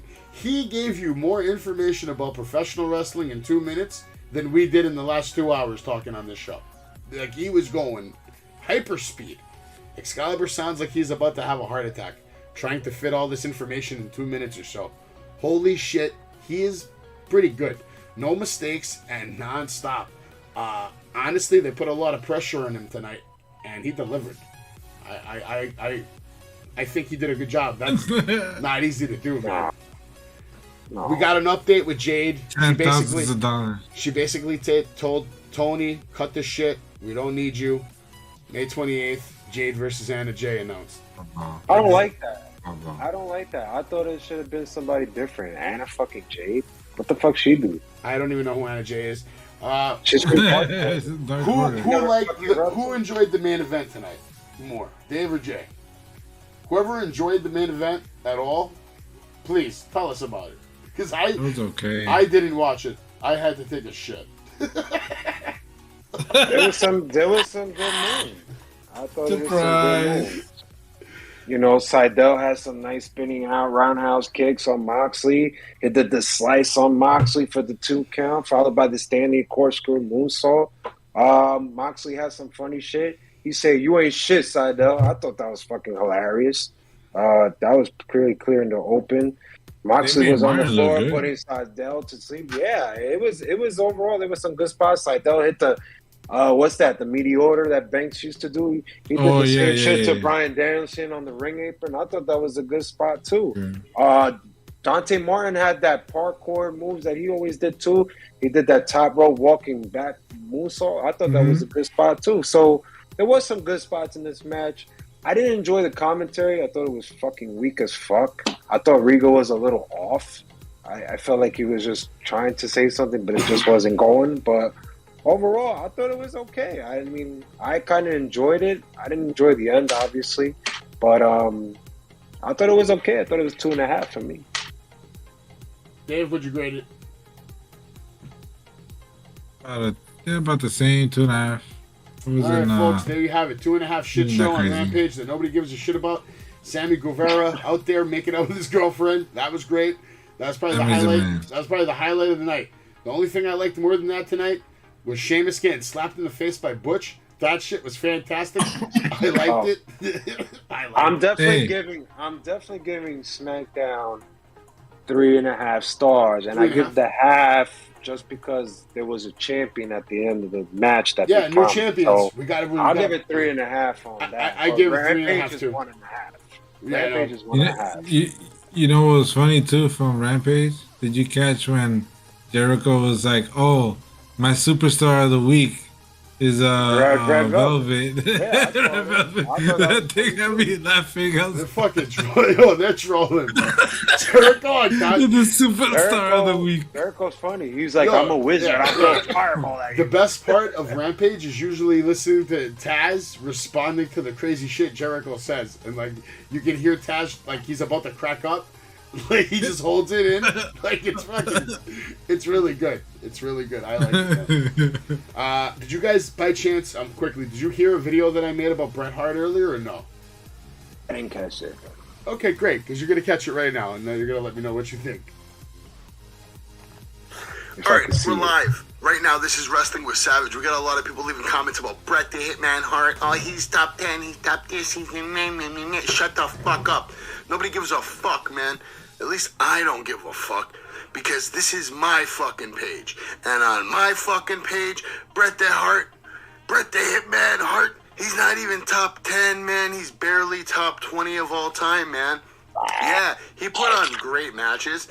Yeah, one of my favorite matches of all time is with him and Stone Cold Steve Austin. He put on bangers with Shawn Michaels. But it's not his work that I'm judging. It's his attitude, it's his personality, it's his character. The guy is a fucking douchebag. He's got a constant stick up his ass. He's had a stick up his ass since 1990. He's lost to significantly worse wrestlers than any of my favorite legends. But, you know, that's not even the discussion right now. The discussion is Bret Hart, the GOAT. No, he's not. He's not even in consideration for the GOAT, because at the end of the day, WWE, WWF, whatever you want to call it, it is a production with a cast of characters. And as a character, he was fantastic. But as a part of the cast, as a cast member, he was a piece of shit. He didn't want to put anyone over unless it was like authorized by him. He thought these were like real fights. He took this shit way too fucking personal, bro. Like, you're not really beating people up out there. You're not really making anyone tap out. This is a production. It's a show. The man that is giving you the platform to do this is your boss. He's giving you paychecks, opportunity. He's hiring thousands of people to work on your behalf, to help you sell merchandise, to help you sell DVDs, VHS back in the day, posters, fan clubs, teddy bears, ice cream bars. The list is on and on. Photographers, your own fucking wardrobe, your own diet specialist, your own fucking transportation, limos, buses, trucks, this, that. Like, are you kidding me right now? Are you kidding me right now? Do you guys know the hell that this man put everybody through? If you could compare him to someone else in the celebrity world, he's like a Mariah Carey, man. He's a fucking diva. He was the WWE's first fucking diva of all fucking time. Do you understand the words that are coming out of my fucking mouth? He was a fucking diva. He's a diva today. He's a diva tomorrow. He'll be a fucking diva 40 years from now when he's fucking dead and gone. Okay? Bret, great matches. Great worker. One of the best of all time. If I could forget about his personality and what he did to people in this industry, I would think he was maybe the best of all time. But I have a good fucking memory, and I'm never gonna forget what this piece of shit fucking did to fucking his boss, man, that put food on his family's table. All right, we're live. Right So, now, yeah, this is Wrestling what do you guys Savage. think of all that? Man, I don't even know where to begin on that. Yeah. That was too. I don't know. This one was too long. Yeah. That's a serious rant. That was on 3 poor minutes. Bret Hart. It was 3 minutes. Why are you 3 ranting? minutes. Because these people on What, TikTok what, are what has Bret Hart? What has Bret Hart done to Yeah, you? like, what the This is like Bret Hart is the biggest piece of trash ever living on the face of earth, and he doesn't deserve any accolade of any kind. It's like, damn, I was waiting for him to say Owen Hart is a much better wrestler than Bret Hart, and he should have been more honored than he is. I have a video. Oh my god. Oh. Nothing to say, Jay? I don't know, man. I mean, didn't you want to meet him in June? I don't get it. Yeah, but I would have told him that too, to his face. You probably have a stick up your ass. I'm pretty sure he fucked up He's the gonna- belt. After he signs the belt. No, not yet. After he signs the belt. After he signs the belt. Once he signs the belt, then you go, well, you're a piece of trash. Actually, honestly, I don't even think I'd let him sign that belt because he didn't hold the Attitude Era belt. He had the Winged Eagle. Never held the Bret Attitude Hart. Era. Bret Hart, though. I'll make him sign a pair of glasses or something. Fucking loser.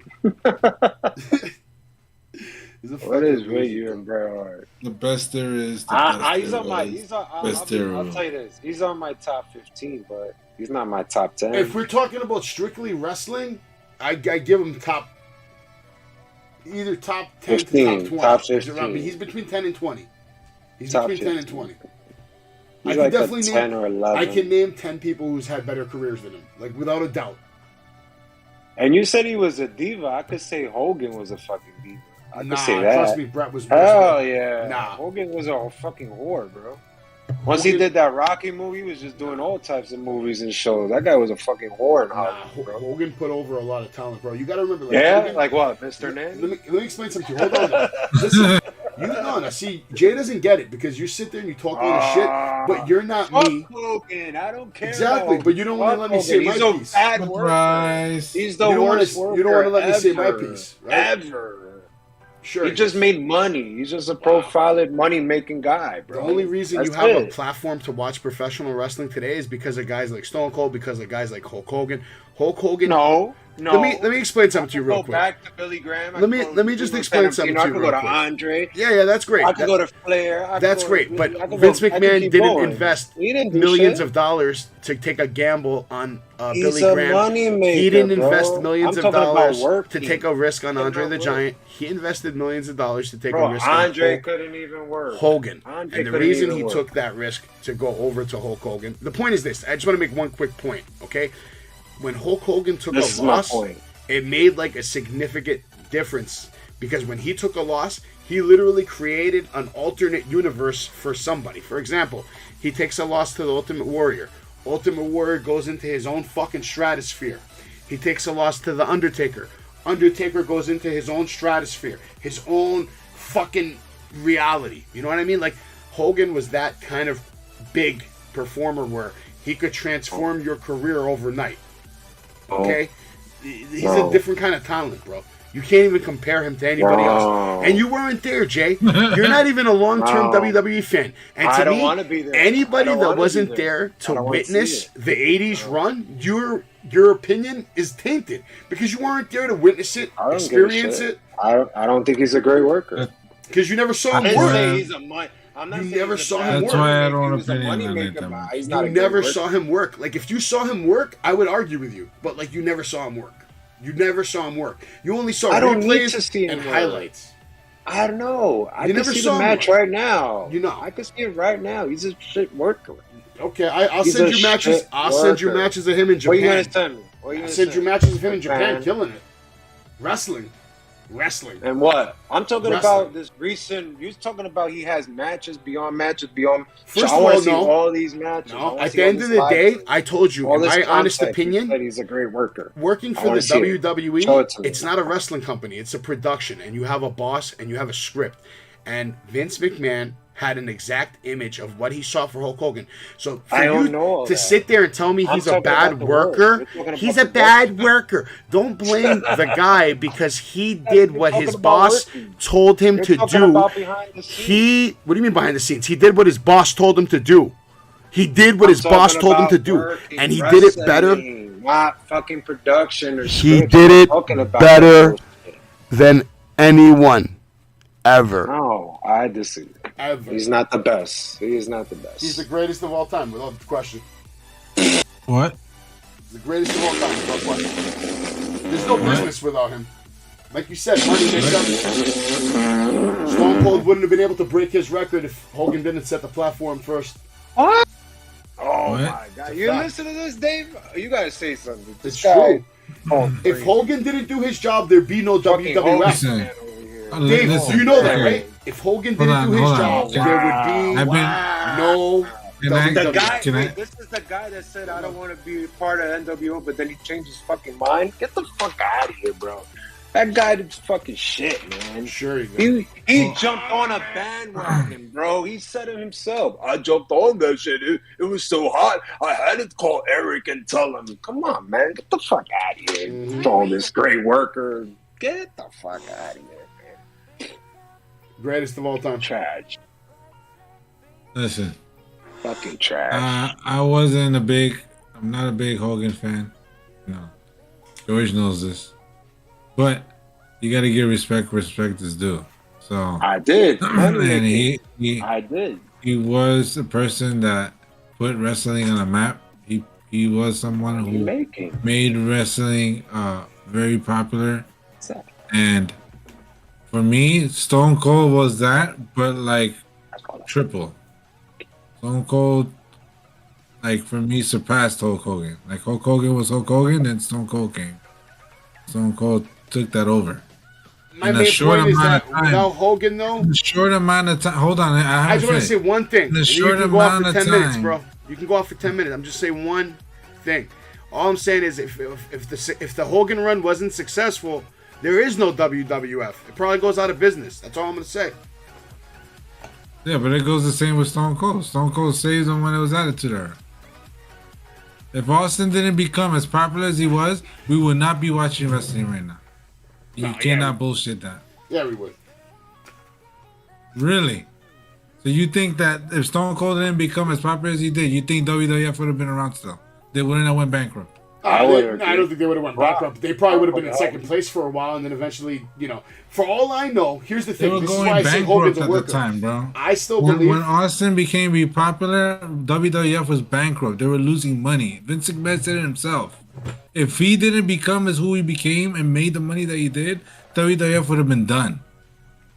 I can't Literally say said done. it himself. I think they say that just to make the fucking thing sound better, to make the story exciting. In my I opinion, don't think so. Vince McMahon is not the kind of person that kisses. I think the people's one ass. secret that's never come out is that Hulk Hogan and Vince McMahon are like really fucking tight, and he probably like even gave him the idea, like, I want you to go to WCW. You go make a lot of money over there. They're gonna give you a big What? contract, and you know. No. How that don't even make sense No. because Hogan left.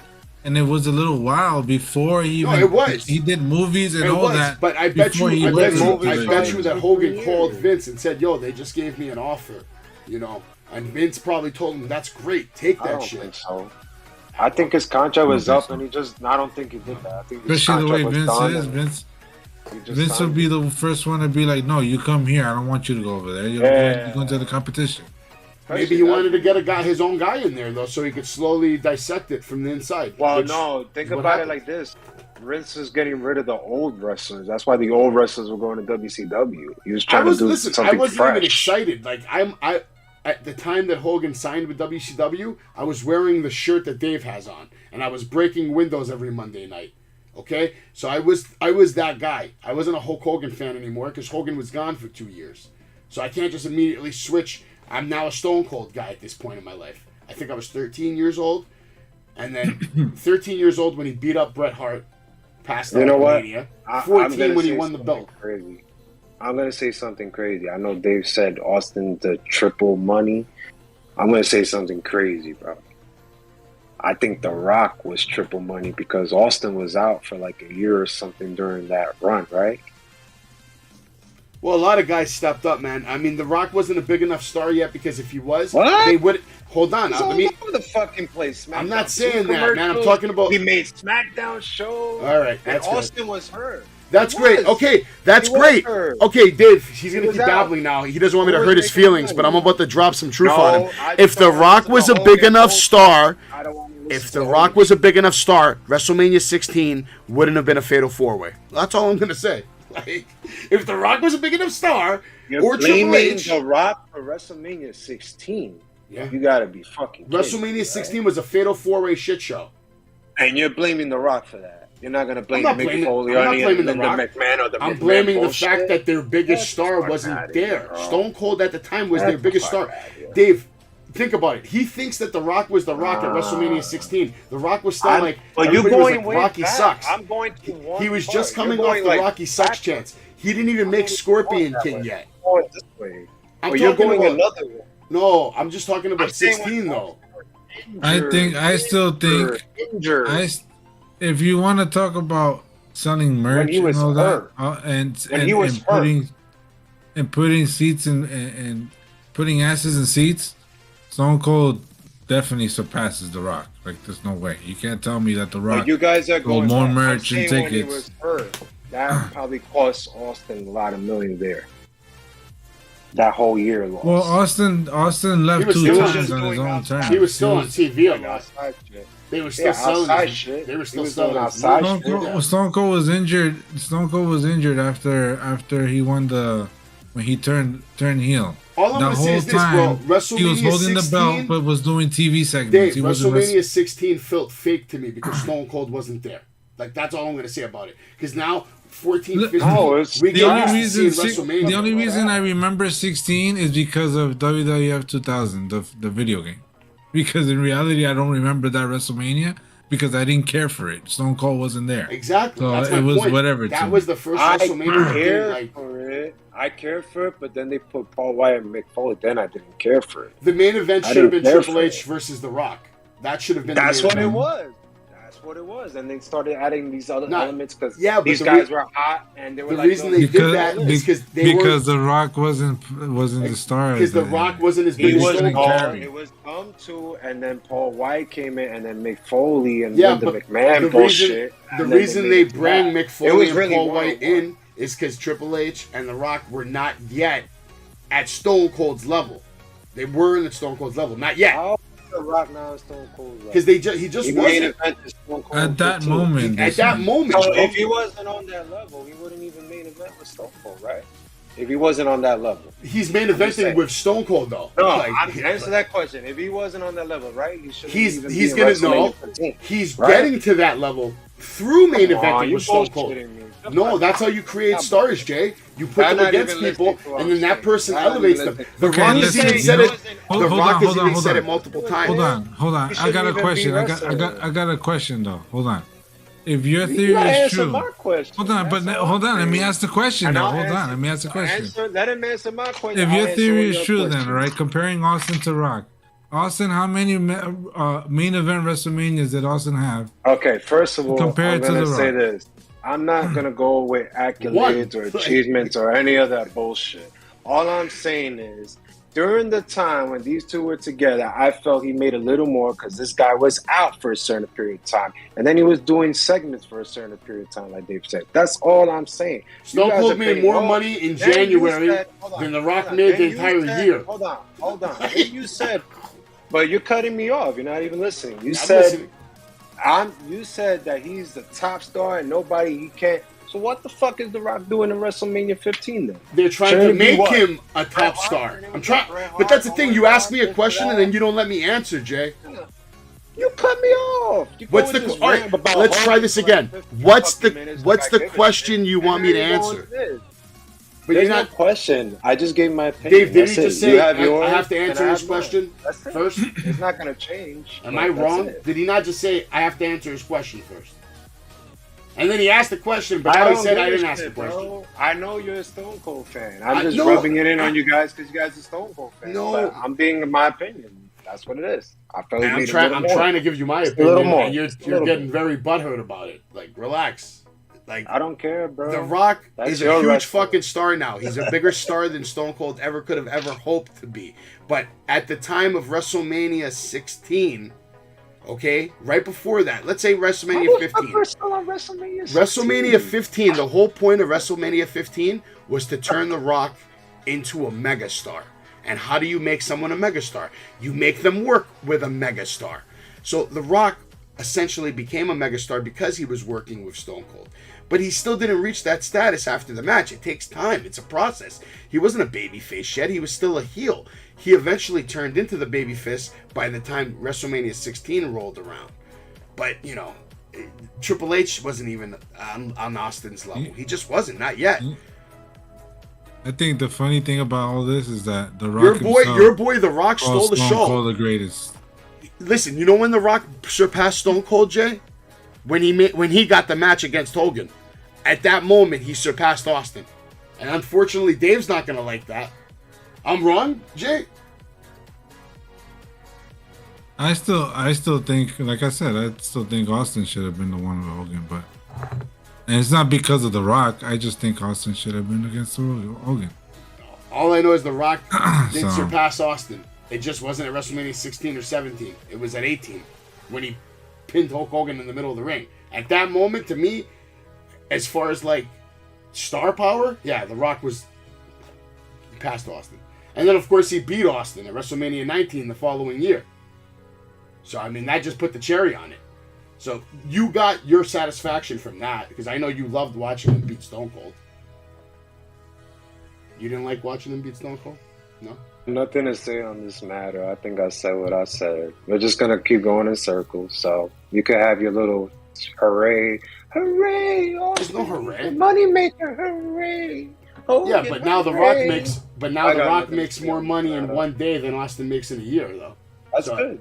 Great. It's the I truth. got no comments. Ay. No comments.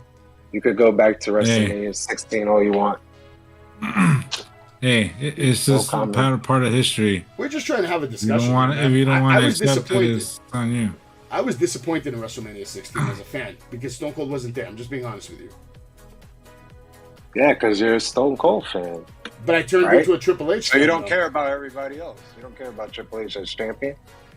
No, I transitioned. I you transitioned just into said a no. Triple H fan. You just said no, right? I didn't say no. I said I was disappointed in You WrestleMania. just said no. Oh my God! All right, You rewind were it there, so Jay. you can hear yourself. Jay, you were I there don't though. want to be there. Just hear yourself. You just said no, and now you're saying no. I didn't say no. You just said no. Because you're not letting me talk. You're just trying to like get points across. You All right, talk fine. what you want. I said no, but I also transitioned into a Triple H fan. I didn't become a Triple H fan overnight, though. You act like I became a Triple H fan in one night. Jay, it was a process for me to turn into a Triple H fan. When he did his work with Stone Cold, that whole 3 stages of hell, I was still leaning towards Stone Cold at that moment. But that 3 stages of hell match, and all the work that went into it, the promos, the No, vignettes. you were a Triple H fan at that time already. But like that's what certified. I was it. the hardcore Austin fan. But that's You what used to be the certified it. Triple H fan. But that's what certified it, bro. Like at that moment, that's when I got my like. I was like, yes, he did it. He beat him. You know, like in my mind, I might have been a Triple H fan, but I was always like, fuck Stone Cold. We gotta fight Stone Cold. We're not gonna beat Stone Cold. But then he beat him, and it gave me vindication as a Triple H fan. I transitioned from Stone Cold to Triple H. At WrestleMania 14, I was a diehard Stone Cold fan. And between WrestleMania 15 and 16 and 17, I transitioned into a Triple H fan. Jay, you had a different fucking favorite wrestler like every week back then. You would be cheering for everybody. You had Kurt Angle shirts. You had this guy's shirts. Who else? That's called being a fan of But who was wrestling, your bro. favorite though? The It Rock? doesn't matter what shirts I buy. The I Rock could was your buy absolute guy? fucking Rikishi. I could buy Too Cool. I could buy a Chris Benoit shirt. What does that What are you trying to say? My point is, who was your favorite wrestler from like the transition? Like, when did you first start watching? Well, who held it down in the 2000s? Who held it down in the 2000s? I'm not talking about the Austin era. There you go. But what was the first Mania you watched? First Mania? Well, I mean, I was a little kid, so if you really want to like go back to the first Mania, I'm gonna say WrestleMania 10 when I was a kid. That's probably the match I seen with Shawn Michaels. Just because it was on tape and it was in MSG. So did you watch MSG? Did you watch Mania the next year after that? No, a friend had it, and I was just like, "What the fuck?" So that's my point. What was the first Mania that you started watching where it was like, "All right, now I'm gonna watch Mania every year"? That was probably the start. 10. Okay. So after that, you saw 11, you saw 12. So who did you? 11 and so who were you a fan of then? Who was your guy before The Rock? Who was your guy? I didn't really have a guy, to be honest, bro. I didn't really have a favorite wrestler because I was just getting into it in 10. You know, I didn't know who the fuck Shawn Michaels was or Ray Jr. You know, I heard about these guys, but I didn't fucking watch the product. You know. But I didn't really have a favorite at that time, to be honest. I'm being honest, I really didn't. I like Bret Hart. I know you crapped on him for like 30 fucking minutes. I like Bret at 3. I knew Bret Hart, and I liked him as a wrestler. And then, you know, as your wrestling fan when I started, then you hear all this controversy and you see the actions of him spinning at McMahon. I was like, oh shit, wrestling's fucking real when I was a kid. I thought wrestling was fucking real at that time. Yeah. No, I can see that. I mean, I was a kid, so I was just like, "Yo, shit." As a kid, I loved Bret Hart, but like he wasn't my favorite guy ever. I loved the matches, But it wasn't my friend, like, because he was across the street. He just loved wrestling. Like, I wouldn't even know. Like, he just like, "Oh, you want to watch?" I was like, "All right, cool." And then I saw this match with ladders. I was like, "Oh shit, that was fucking cool." You know, I'm not saying WrestleMania 10 was the greatest WrestleMania, but you know, it has its matches, and that was the highlight. It was in fucking MSG. So, Bret Hart I'm from New York. was the right guy at the right time, bro. He was the right guy at the right time. If he was the man. But Bret was good at that. He was that was the only, like, I guess, popular person. Like, if I didn't watch wrestling, like, I heard about this guy. Like, oh, yeah, I've seen him. I heard about him. You know what I'm saying? Like, you see the fucking WrestleMania arcade game and all this shit. Like, you know. No, but Bret Hart fans, they get very fucking upset very quickly. You can't say nothing to them. So usually what I do is I just flip the script and I say, listen, if Bret was worth a shit, they wouldn't have said, Hogan, come beat Yokozuna at the end of the WrestleMania. You know, that wouldn't have happened. Bret wasn't selling shit. I didn't get compared to what Hogan was selling. He just wasn't. At all. I didn't get that part. That was so weird at WrestleMania. What is that, an AC, right? That was at 9 at Caesars. It's an 8? Oh, Caesar and AC? Yeah, right? Well, no, I think Vegas. I think it was Vegas. Vegas? No. I'm not 100%. I think it was in AC. Maybe. It was AC. I'm not able to find out. That was a weird Mania. That was also the Mania where Undertaker it was weird. Giant Gonzalez. I didn't like the layout. The layout was fucking weird. Yeah, it was weird. Well, it was cool that everybody was dressed up. It was like a cool ending, but weird. And actually, yes, George was right. It was at Caesar's Palace in Las Vegas, Nevada. Oh, Las Vegas. Oh, okay. So, I thought one WrestleMania they had in Atlantic City. They had multiple, but that was like WrestleMania 3 and 4, I think. Oh, all right. That's WrestleMania 4 was when they had the tournament. This is because Hogan was doing Rocky 3. They were filming Rocky 3, so Macho Man became the champion by winning the tournament at WrestleMania. And the last match was Macho Man versus Ted DiBiase. And Macho Man ended up winning. And I bet you didn't know this. Okay. Did you know that Andre the Giant actually handed the WWE Championship to Ted DiBiase? Ted DiBiase was WWE Champion for one night. Wow, I didn't know that. You didn't know that, Should right? play that footage. No, I didn't know. But then the president of the back then we didn't have CEOs and all these other general managers. Back then there was the WWF president Jack Tunney, who was this old guy, and Vince would say, "Oh, here comes the president of the WWF, Jack Tunney." Jack Tunney would come out and just be like, "Oh, that's not gonna fly. I'm taking the belt from Ted DiBiase," and they took it and gave it. They put another tournament up. But yeah, Ted DiBiase was champion for about one night, unofficially.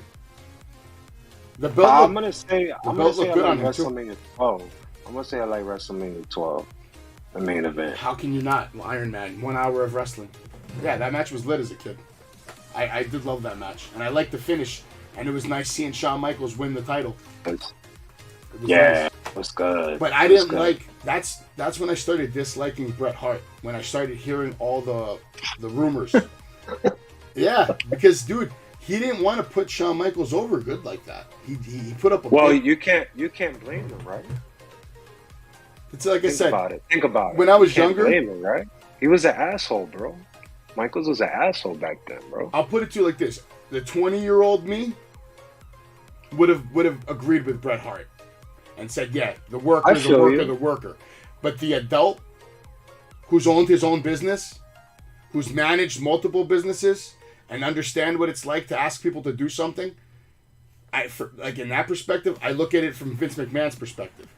He's the boss. He's paying you, and he's not paying you a shit salary. He's paying you well. He's taking care out of you. You know, you should. The whole reason Bret has the mansion he has, the boats, the lifestyle, he could sit on the beach anytime he wants with Mai Tais. His kids never have to worry about money for college. You know what I mean? Like, that's a big deal. And this man made that possible for you. So, like, it really bothers me when I see Vince McMahon get spit at. Like, I take it personal. Because I love Vince. I look at him as, like, my, unofficial father. I love Vince McMahon. I do. I love him like a father. I really do. I'll cry when Vince McMahon dies. True story. I think everybody will cry, bro. I'll cry when Vince dies. That guy means a lot to me. He's been in my life since 1983. I'll be honest. I think I'll cry more when Flair goes. I think I'll cry a lot more. Could be this year. Could be coming up. Nah, don't say that. Oh, boy. Don't say that. Hope not. I don't want that to happen. I hope not. I mean, listen, I give Bret a lot of credit because he's had to deal with a lot of shit. But, like, at the end of the day... But you know what's crazy, bro? That you love it, FTR, right? I do. You know they love Bret, right? I know. I love Bret as a worker. I just didn't like what he did. Some of his actions were crazy. He was like a maniac, bro. He was a maniac. He thought this shit was real. Dave, he thought he was beating people up, Dave. I don't think he was a maniac. But you really have to be honest right here and say, hey, you're right. Shawn Michaels was an asshole at that time. He was an asshole, bro. Not even Undertaker wanted to work with his ass. Nobody. He was just a dick. That was his Bret, bro. But I think that was his gimmick. He was being MJF-ish. He was popping pills, bro. He even said it, bro. We heard this story. He had a lot of problems. He was a fucking dick, bro. He said I was a dick. Shawn had a lot of problems, all right? He had a lot of problems. Because you thought he was untouchable, bro. And then Nash was along with the rod, and they grabbed the X-Pod. I really didn't like... I was not a big fan of the whole Diesel run. I was not a big fan of the whole Diesel run. I wasn't happy when he won. That is the worst WWE run in my book. It might be. In the history. The lowest box office attraction. This is probably going to be down. I'm going to say this now. I know a lot of people, I'm going to get a lot of shitty feedback when I say this, but this is by far number one, Kevin Nash. Worst box office attraction as champion. Period. Number two, dullest, worst, Adam Page, AEW current champion. That's it. I like when Sid Vicious won the title. Psycho Sid had a pretty good run, but he fucked up on the mic so much that I think Vince just said he was fucking crazy too, bro. He was a little fucking nuts. But he was a good worker. Like, he made shit look real. Was it those pills? Breaking was real. Did you guys ever see him break his ankle? I seen him wrestling. He broke his leg. Jay, you saw that clip, right? Where he broke his ankle in WCW? He jumps off the turnbuckle. You remember that, Jay? The turnbuckle. He jumped off the turnbuckle. Jay, hold on a second. You never seen this video? I don't even want to see it. I don't even like Vicious like that. Bro. Son, he jumped off the top row. Bro, he landed on one leg. And his leg sit like this, bro. No, Jay, look. You see again? His leg was straight, right? And then, this is what happened. So, You're saying it's worse than McMahon tearing both his quads when he Oh ran to the ring? yeah, no. Oh yeah, This it shit was like his leg probably caved one of the in. worst things I've His ever leg seen, caved bro. in. It was bent like this, Instant, bro. It was instant too. Like the moment he hit the mat, boom. and they got it It all was on instant, TV. bro. They got it all Yeah, on and you TV. see it clear as day, bro. Clear as day, bro. I'll put it to you like this: if I upload that video to TikTok, they're gonna ban my account tonight. That's how gruesome it is.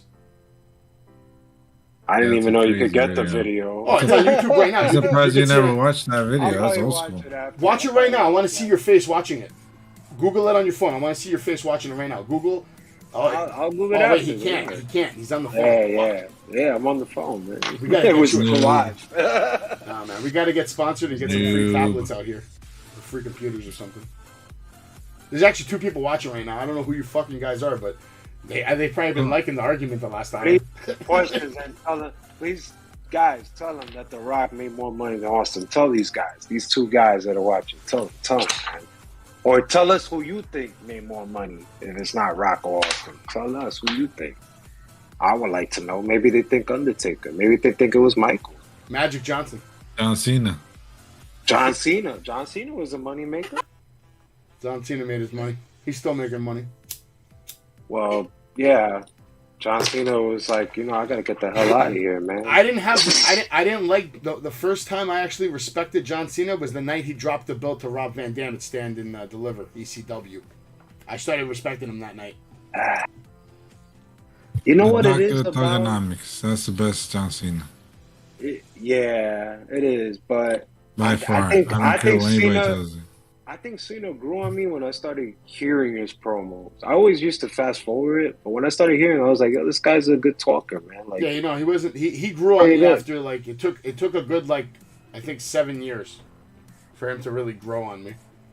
I liked him as a heel though. But I'm not gonna lie, Yeah, especially when he was that's what I US said, champ, and Son. then when he fought Big Show, that was awesome. Yeah, no, too, that was man. all good. Yeah. But that match with Big Show was incredible. No, he used to come Yeah. out with the Cena's on chain and another shit. level. Eh? That's why he was wearing the chain, no? Yeah, he was on another level then. He was fun Awesome. to watch. I think he had the shirt with the white belt, like the championship dead ass. with the arrows. He you know how that saying they say you take 1 step forward and 2 steps back?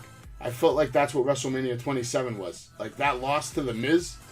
Like I thought that was like devastating to his career. Like he just lost to the Miz. at I don't WrestleMania. know, bro, because I I think think- Miz doesn't get a lot. How of did the credit, Miz? bro. He's the greatest. How did batter. the Miz pull that off, though, bro? That might be the biggest upset in WWE history. The fact that he walked out of Mania beating John Cena in the main I event. don't know, bro. That's I crazy. think he deserved it. I think he deserves it, bro. He's a That great was- heel, bro. That was early in his career too. Who's the At the time, greatest man. heel?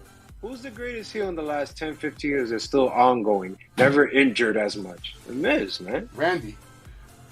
But Randy always gets hurt with his shoulder, bro. When do you ever hear the Miz be out of TV? And check this out: when he got hurt, he was still on TV. With No, Morrison. I can't complain about Miz, bro. Like Miz gained He's my a worker. respect. He gained my He's a respect worker. big time that night. He did the promo on Daniel Bryan talking smack. That's the moment I was like, I started looking at the Miz a whole lot different. I was like, wow, this kid is fucking special. Like that moment, I saw that shit live, and I was like, that's the moment I was like, he's special. He's got AJ Styles said Miz is the greatest heel. Yeah, I read that. Yeah. I agree, can't- bro. I can't really I don't argue think he with gets that. a lot of credit, bro. I don't think Miz gets a lot of credit. I was surprised that he even won the championship last year. I was like happy that he got a little title run. It was a small little thing, but I kind of saw that with the Alex Riley situation, so I was like, oh, he's going to win the belt soon. It's just a matter of there's time. another guy they shitted on. I thought they were going to give him a push too because he was actually looking pretty impressive, and then he was getting matches with Cena, and then all of a sudden he's in NXT, and then he's gone. Look, Fandango? No, let me No, start. Alex Riley. You know was one you know was Fandango, one too. guy that I really hated that they gave him the belt. They had him win the Rumble and everything. Del Rio. I hated Del Rio. I thought he sucked You so didn't like bad. him? I thought he No, had I a good thought he heel. I thought he had a sucked, good bro. heel run, and he had some good. I like I didn't like him in the SmackDown. ring. I didn't like his personality. I didn't like nothing about him. I thought he was a great wrestler. Nothing about in the him. ring. No, I couldn't I stand like him. him in bro. SmackDown. When he I won like the him in Rumble, I was SmackDown. pissed. He had a good I'm like, they give storyline. this didn't piece like- of shit the Rumble. You didn't I like was so those mad, videos? man. You didn't I like thought those he was videos? When, I thought Yeah? he sucked. I always Oh, thought he wow. sucked. Oh, He was wow. one guy that I always did not like. Damn. So he just rubbed Dave the wrong way. That's that. Well, he's a No, maniac. I did not now, like that but- guy. He's a maniac. Did now, you hear but- that Paige is? Yeah, That's you heard fine. that he's trying to say he wants to come back. You guys heard about that, he right? thinks he can come back. Did you hear the rumors today? Who's joining Judgment Day? Paige and Corey Graves. Yeah, there's a rumor that Corey Paige is trying to Graves. come back too. Yeah, being serious. I think she Corey could come back, Graves. bro. I think she could come back. But I wouldn't want to see her in If Corey Day. Graves joins Edge, then what about Corey Carmella? Graves. They're gonna have to make this the Broken Neck Club. Oh man. Between Edge and this guy and Paige and who's next? Big E. Yeah, Big E in there too. Oh man. no. He's not even healing right. Yeah, I feel bad. Nah, man, it sucks. Not really I'm surprised sucks. they mentioned him because they talked about him on SmackDown. Because they want to keep him relevant. Because they want him selling merch, bro. They want to take care of him. He's a good worker. They love him. There's not. Yeah, he's like can't- Woods, bro. You can't just like pick Woods. up. I'm surprised they let big that guy E. still wrestle too. I thought he was gonna be like, I thought they were gonna just give him the boot. Like, yo, the hell Bro, out of When here. he was You with could spend- you could AJ, spend- when AJ and Dolph, right? Dude, you He could was spend like, all big year dog. looking I for thought somebody to that replace too. Big E. You're not gonna find him. He's that kind of talent. He really is. He's incredible. Well, he was unstoppable in NXT. Oh yeah.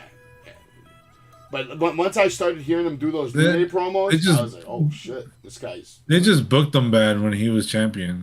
He was booked really bad. as They, champion. they book a lot of fucking people bad. Well, they booked him as a stooge. He was with Dolph Ziggler and AJ Lee. Booked him as a stooge for like a year. Shit. No, I'm They talking really about when he do. had the belt. When he had the belt. Oh, with the belt. Yeah. Yeah. When he came to the roster, I was like, he ain't really doing shit. Like, the fuck? Do you guys want to cover anything He was else? weird. man? I thought he was like Nation Domination because he used to come out. Yeah, with because he came with the with- black and the green stripes, Mhm. white, yellow. Yeah, I remember. the He African was theme better type than of us, thing. too.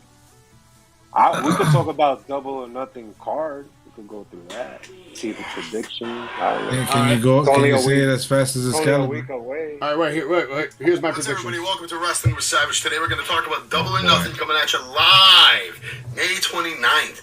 We're going to get right into the matches and my predictions. You can tell First me if match you of the night's agree. going to be Hook and Danhausen versus Tony Nese and Smart Mark Sterling. Guaranteed Hook and Danhausen are going to win. Honestly, I wish this wasn't even a storyline, but it is. Next up, you have Kyle O'Reilly versus Adam Cole, because Kyle O'Reilly is going to get past Samoa Joe. He's got too much heat on him with Jay Lethal, so they're going to cause him to definitely lose that match. Kyle Isn't that O'Reilly will Dynamite? go on to beat Adam Cole. Adam Cole will lose. Kyle O'Reilly will win. After that, you're going to have Chris Statlander. I think it's going to be Ruby Soho. Chris Statlander, Ruby Soho have a match coming up. Winner of that's going to... Just to put some under, they're still fighting to get into Double or Nothing. Like the winner of Joe and Kyle O'Reilly will face Adam Cole Yeah. at Double or Nothing. So that's why I was saying that. Same thing with Statlander. The winner now we know Statlander won. At Double or Nothing, it's Statlander versus Soho. I think Soho's gonna win. take on Tony Storm or Britt Baker. So you're going to see Ruby Soho versus Britt Baker, with Ruby Soho coming on top, winning that match. After that, you're going to see Thunder Rosa versus Serena Deeb. And unfortunately, with all this promo time that we've been seeing them give Serena Deeb, I don't know. I see Serena Deeb winning this match. I don't want her to win, but I see her winning. I see her doing whatever she has to screw Thunder, and they're going to try to elevate this storyline. I don't think they're going to be able to do a very good job because the story's been shit so far. The mics, promos have all been shit. After that, we're going to see Jurassic Express lose the match to Team Taz. Ricky Starks and Powerhouse Hobbs will become your new tag team champions. They're going to find a way to win that match. Keith Lee and Swerve are not going to go over yet. And then you're going to see Christian probably also turn on Jurassic Express. You might even see Christian screw Jurassic out of this match somehow, some way, leading to the breakup. But overall, I'm calling a clean win for Team Taz and them walking away the tag team champions. After this, you're going to see the Jericho Appreciation Society lose to the Blackpool Combat Club. I'm not even going to get into that. They're just going to lose. And then you're going to have the main event of the night. Hangman Adam Page defending the world title versus CM Punk. And on this match, I'm going to say that Hangman Page is going to hang on to his title. Hangman is going to hang on to his title. I bought that new T-shirt from the AEW event recently that I went to, and in the very middle of it, there's a picture of one man. Okay, so what do you guys think? You know the matches. I know they added a couple more matches since I did that video, so if you guys want to do your predictions on those two, go for it. I don't know what's the first match, bro. Well, let's see. I can line it up for you. I can give it to you. Let's look it up. I don't know the layout. And who's Adam Cole fighting in the semis? Who's he fighting? I don't think he's fighting. I think he's waiting for the winner of Joe and... No, he has to fight somebody. I don't think so. I gotta look that up. All right, so the first match. All right, so I'll say the match, and then you guys tell me your winners. Hook and Danhausen versus Tony Nese and Smart Mark Sterling. I'm going with Nese and Sterling on this one. Okay, Dave? I say Hookhausen. Okay, Jade Cargill versus Anna Jay. Jade, yeah. They added that match tonight. Jade, okay. Kyle O'Reilly, and like I said, this is official. Kyle O'Reilly or Samoa Joe versus Adam Cole. So let's all say that Kyle O'Reilly's going to win and advance. Who's winning, Jay? Kyle O'Reilly or Adam Cole? Oh, I don't know who's gonna make it, but my prediction was Kyle O'Reilly winning the whole thing. And Dave, what about I you? gotta see till Wednesday. I don't know who's gonna make it. Adam Cole, baby. Adam Cole, baby. All right. Chris Statlander or Ruby Soho versus Tony Storm or Britt Baker. So there's still 2 more matches left. I think that's going to be Ruby Soho versus Britt Baker, with Ruby Soho winning. Agreed. I don't know why, but I feel like Britt's not going to make it to the end. So it's going to be Ruby versus Tony, with Ruby winning? I think so. Okay. Thunder Rosa versus Serena Deeb. Thunder. All right, I'm going with Serena on that one. Hangman or CM Punk? Oh, we already know where I go. I'm going Hangman. I'm going I'm going Punk. You're going Punk. Okay. Jurassic Express, Team Taz, Keith Lee, Swerve. I'm at a toss-up. I said Ricky Stark. Now I'm changing my mind because Swerve and Lee got a shirt, so I might go their way. So, depending on how next week goes. Dave? I think that if they do lose, I think it'll be Swerve and Lee. And they got a shirt, too, so... I don't see... I don't see Ricky Starks and... Hobbs. What's his name? Hobbs. Hobbs. Because you don't really see them matching up together a lot, neither. You've been seeing Ricky fight by his own most of the time, especially recently. They've been beating people up for a while, man. Yeah, but they don't really tag like that, so I don't. See how next week. So who you going? Who you going with? I gotta see how next week plays out. But I'm at a toss up. I said. I said it already. Keith Lee? Huh? Yeah, Keith Lee. Yeah, it's like Keith Lee and Swerve. Because they're already being set up as a tag. I'm gonna stick with Team Taz just because I like to see Team Taz, Hook, and all them have the gold. Maybe that will help Hook get some gold, get away from the house. But check this out. It's gonna help everybody, right? Because Ricky Starks and Hobbs is already established. Christian's gonna turn heel and stab Jungle Boy, so that's gonna be great. And then you have new champs in Swerve and Lee, and they're not gonna be buried. They're gonna be actually stars. All right, maybe you might be right. Maybe, but I gotta Jericho. see how next week goes. Jericho that depends on the booker, huh?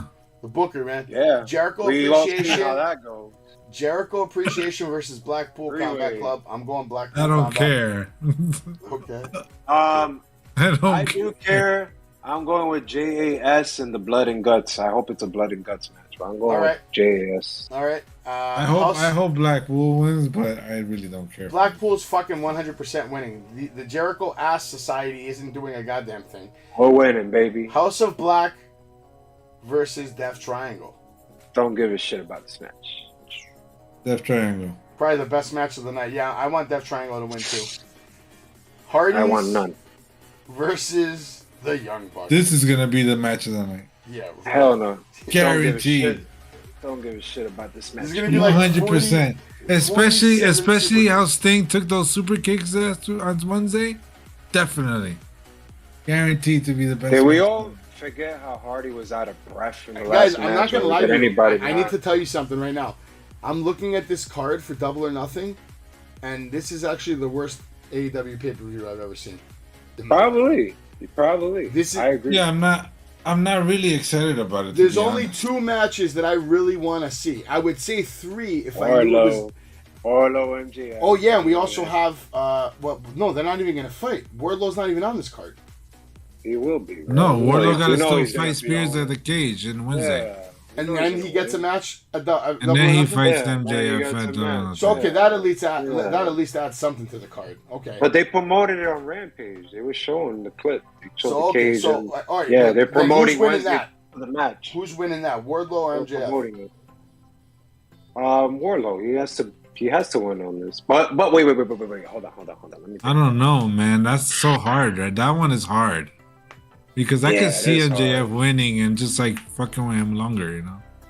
But you got to make Wardlow a star. Why will you bury him? Tough call. Next week. Well, don't forget It's tough. MJF. Because it could be a big swerve, you know what I mean? Like look at for example when MJF beat Jericho, everybody thought Jericho was Yeah, gonna but win. Wardlow could be fucking MJF Wardlow could still lose and still look good because MJF's a cheater. MJF's a cheater. Yeah, that's what I mean. What if he That's what I hires mean. I someone wouldn't to be come and surprised. fucking screw him? That What if he almost pays like- has to be a way Almost out. like in the he pays almost the like ref. he has to pay fight for it. more to get that AEW contract. Maybe he pays the ref. And There's a you bunch of can't make him storylines they can lose, do to right? screw him. But make him lose twice? I don't People know, still gonna man. love him no matter what. As long as they got that feud with MJF, they gonna love him. I So just feel can like they'll see- be valuable. I wouldn't be shocked if they did a swerve and MJF wins. I'm That's gonna what I'm saying. call a win with Wardlow, but I'm gonna call it No like way. MJF is gonna try to screw him, and Wardlow is gonna somehow spoil it and still pick up the win. Like I'm gonna MJF wait a will week. come close, but Wardlow still comes out Because clean. I think this one is gonna be much more of a series than it was with CM Punk. You know, like with CM Punk, it kind of like okay, that's it was done. No. I Just think one this and is gonna done. go One and longer done. than that. Oh no! Because they have much more of a personal thing together, so I could see it lasting a little longer. And don't forget, Oh. if Wardlow loses, he doesn't get the contract. So there's a lot more incentive for him to get the clean win because people want him to be in AEW. So I need another week. I need another week for this. Yeah, we got to see what that cage match is. you barely Yeah. have a week, bro. You got 8 days till Double or Nothing, baby. I gotta see the cage match first. Sean Spears is gonna get fucking murdered. I mean, that's all that's gonna fucking be. Sean Spears is getting murdered. Let's be honest. Maybe.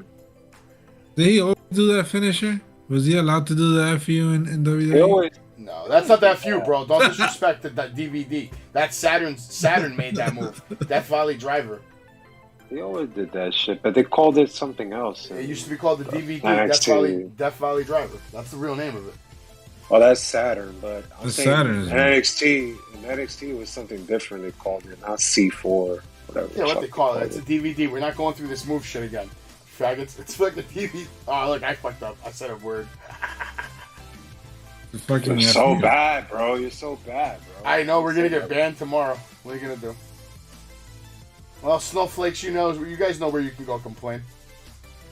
The bottom Like of the he said video. retarded? Well, I just called somebody an F word. He said retarded. We out here just fucking up, walking all up to that. Man. Oh, boy. He Oh, started wow. it. I blame Jay. The good I news blame is Jose. the He started chance it. of somebody I ever fixed watching. myself. Listen, the good news is this is a long show. This is 2 hours and 7 minutes right now, boys. Trying to cut it. So the chance of anybody ever seeing Yeah. this is very low.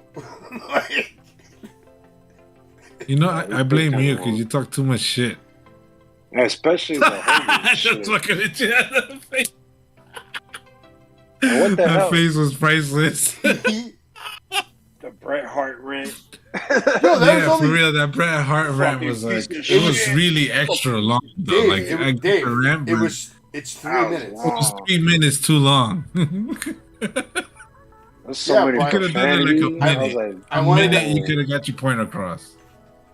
I think you did in the You gotta first admit. 30 seconds. You gotta admit, if you would have done a minute, it would have been fine. But 3 whole minutes on why Bret Hart sucks. Like, If you're looking for the greatest wrestling movie of all time, look no farther Oh than my god. No, the greatest move of all time. Not move now. Move. It's still an incredible The greatest move of all time. Okay. You guys are pissing me off. Where going? The Wrestler is the greatest wrestling movie of all time. Not even close.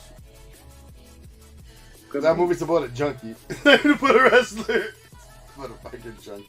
Junkie. He's a fucking junkie, bro. Jesus. That's what Ric Flair looks like right now. Not trying to train. Poor fucking Rick, man.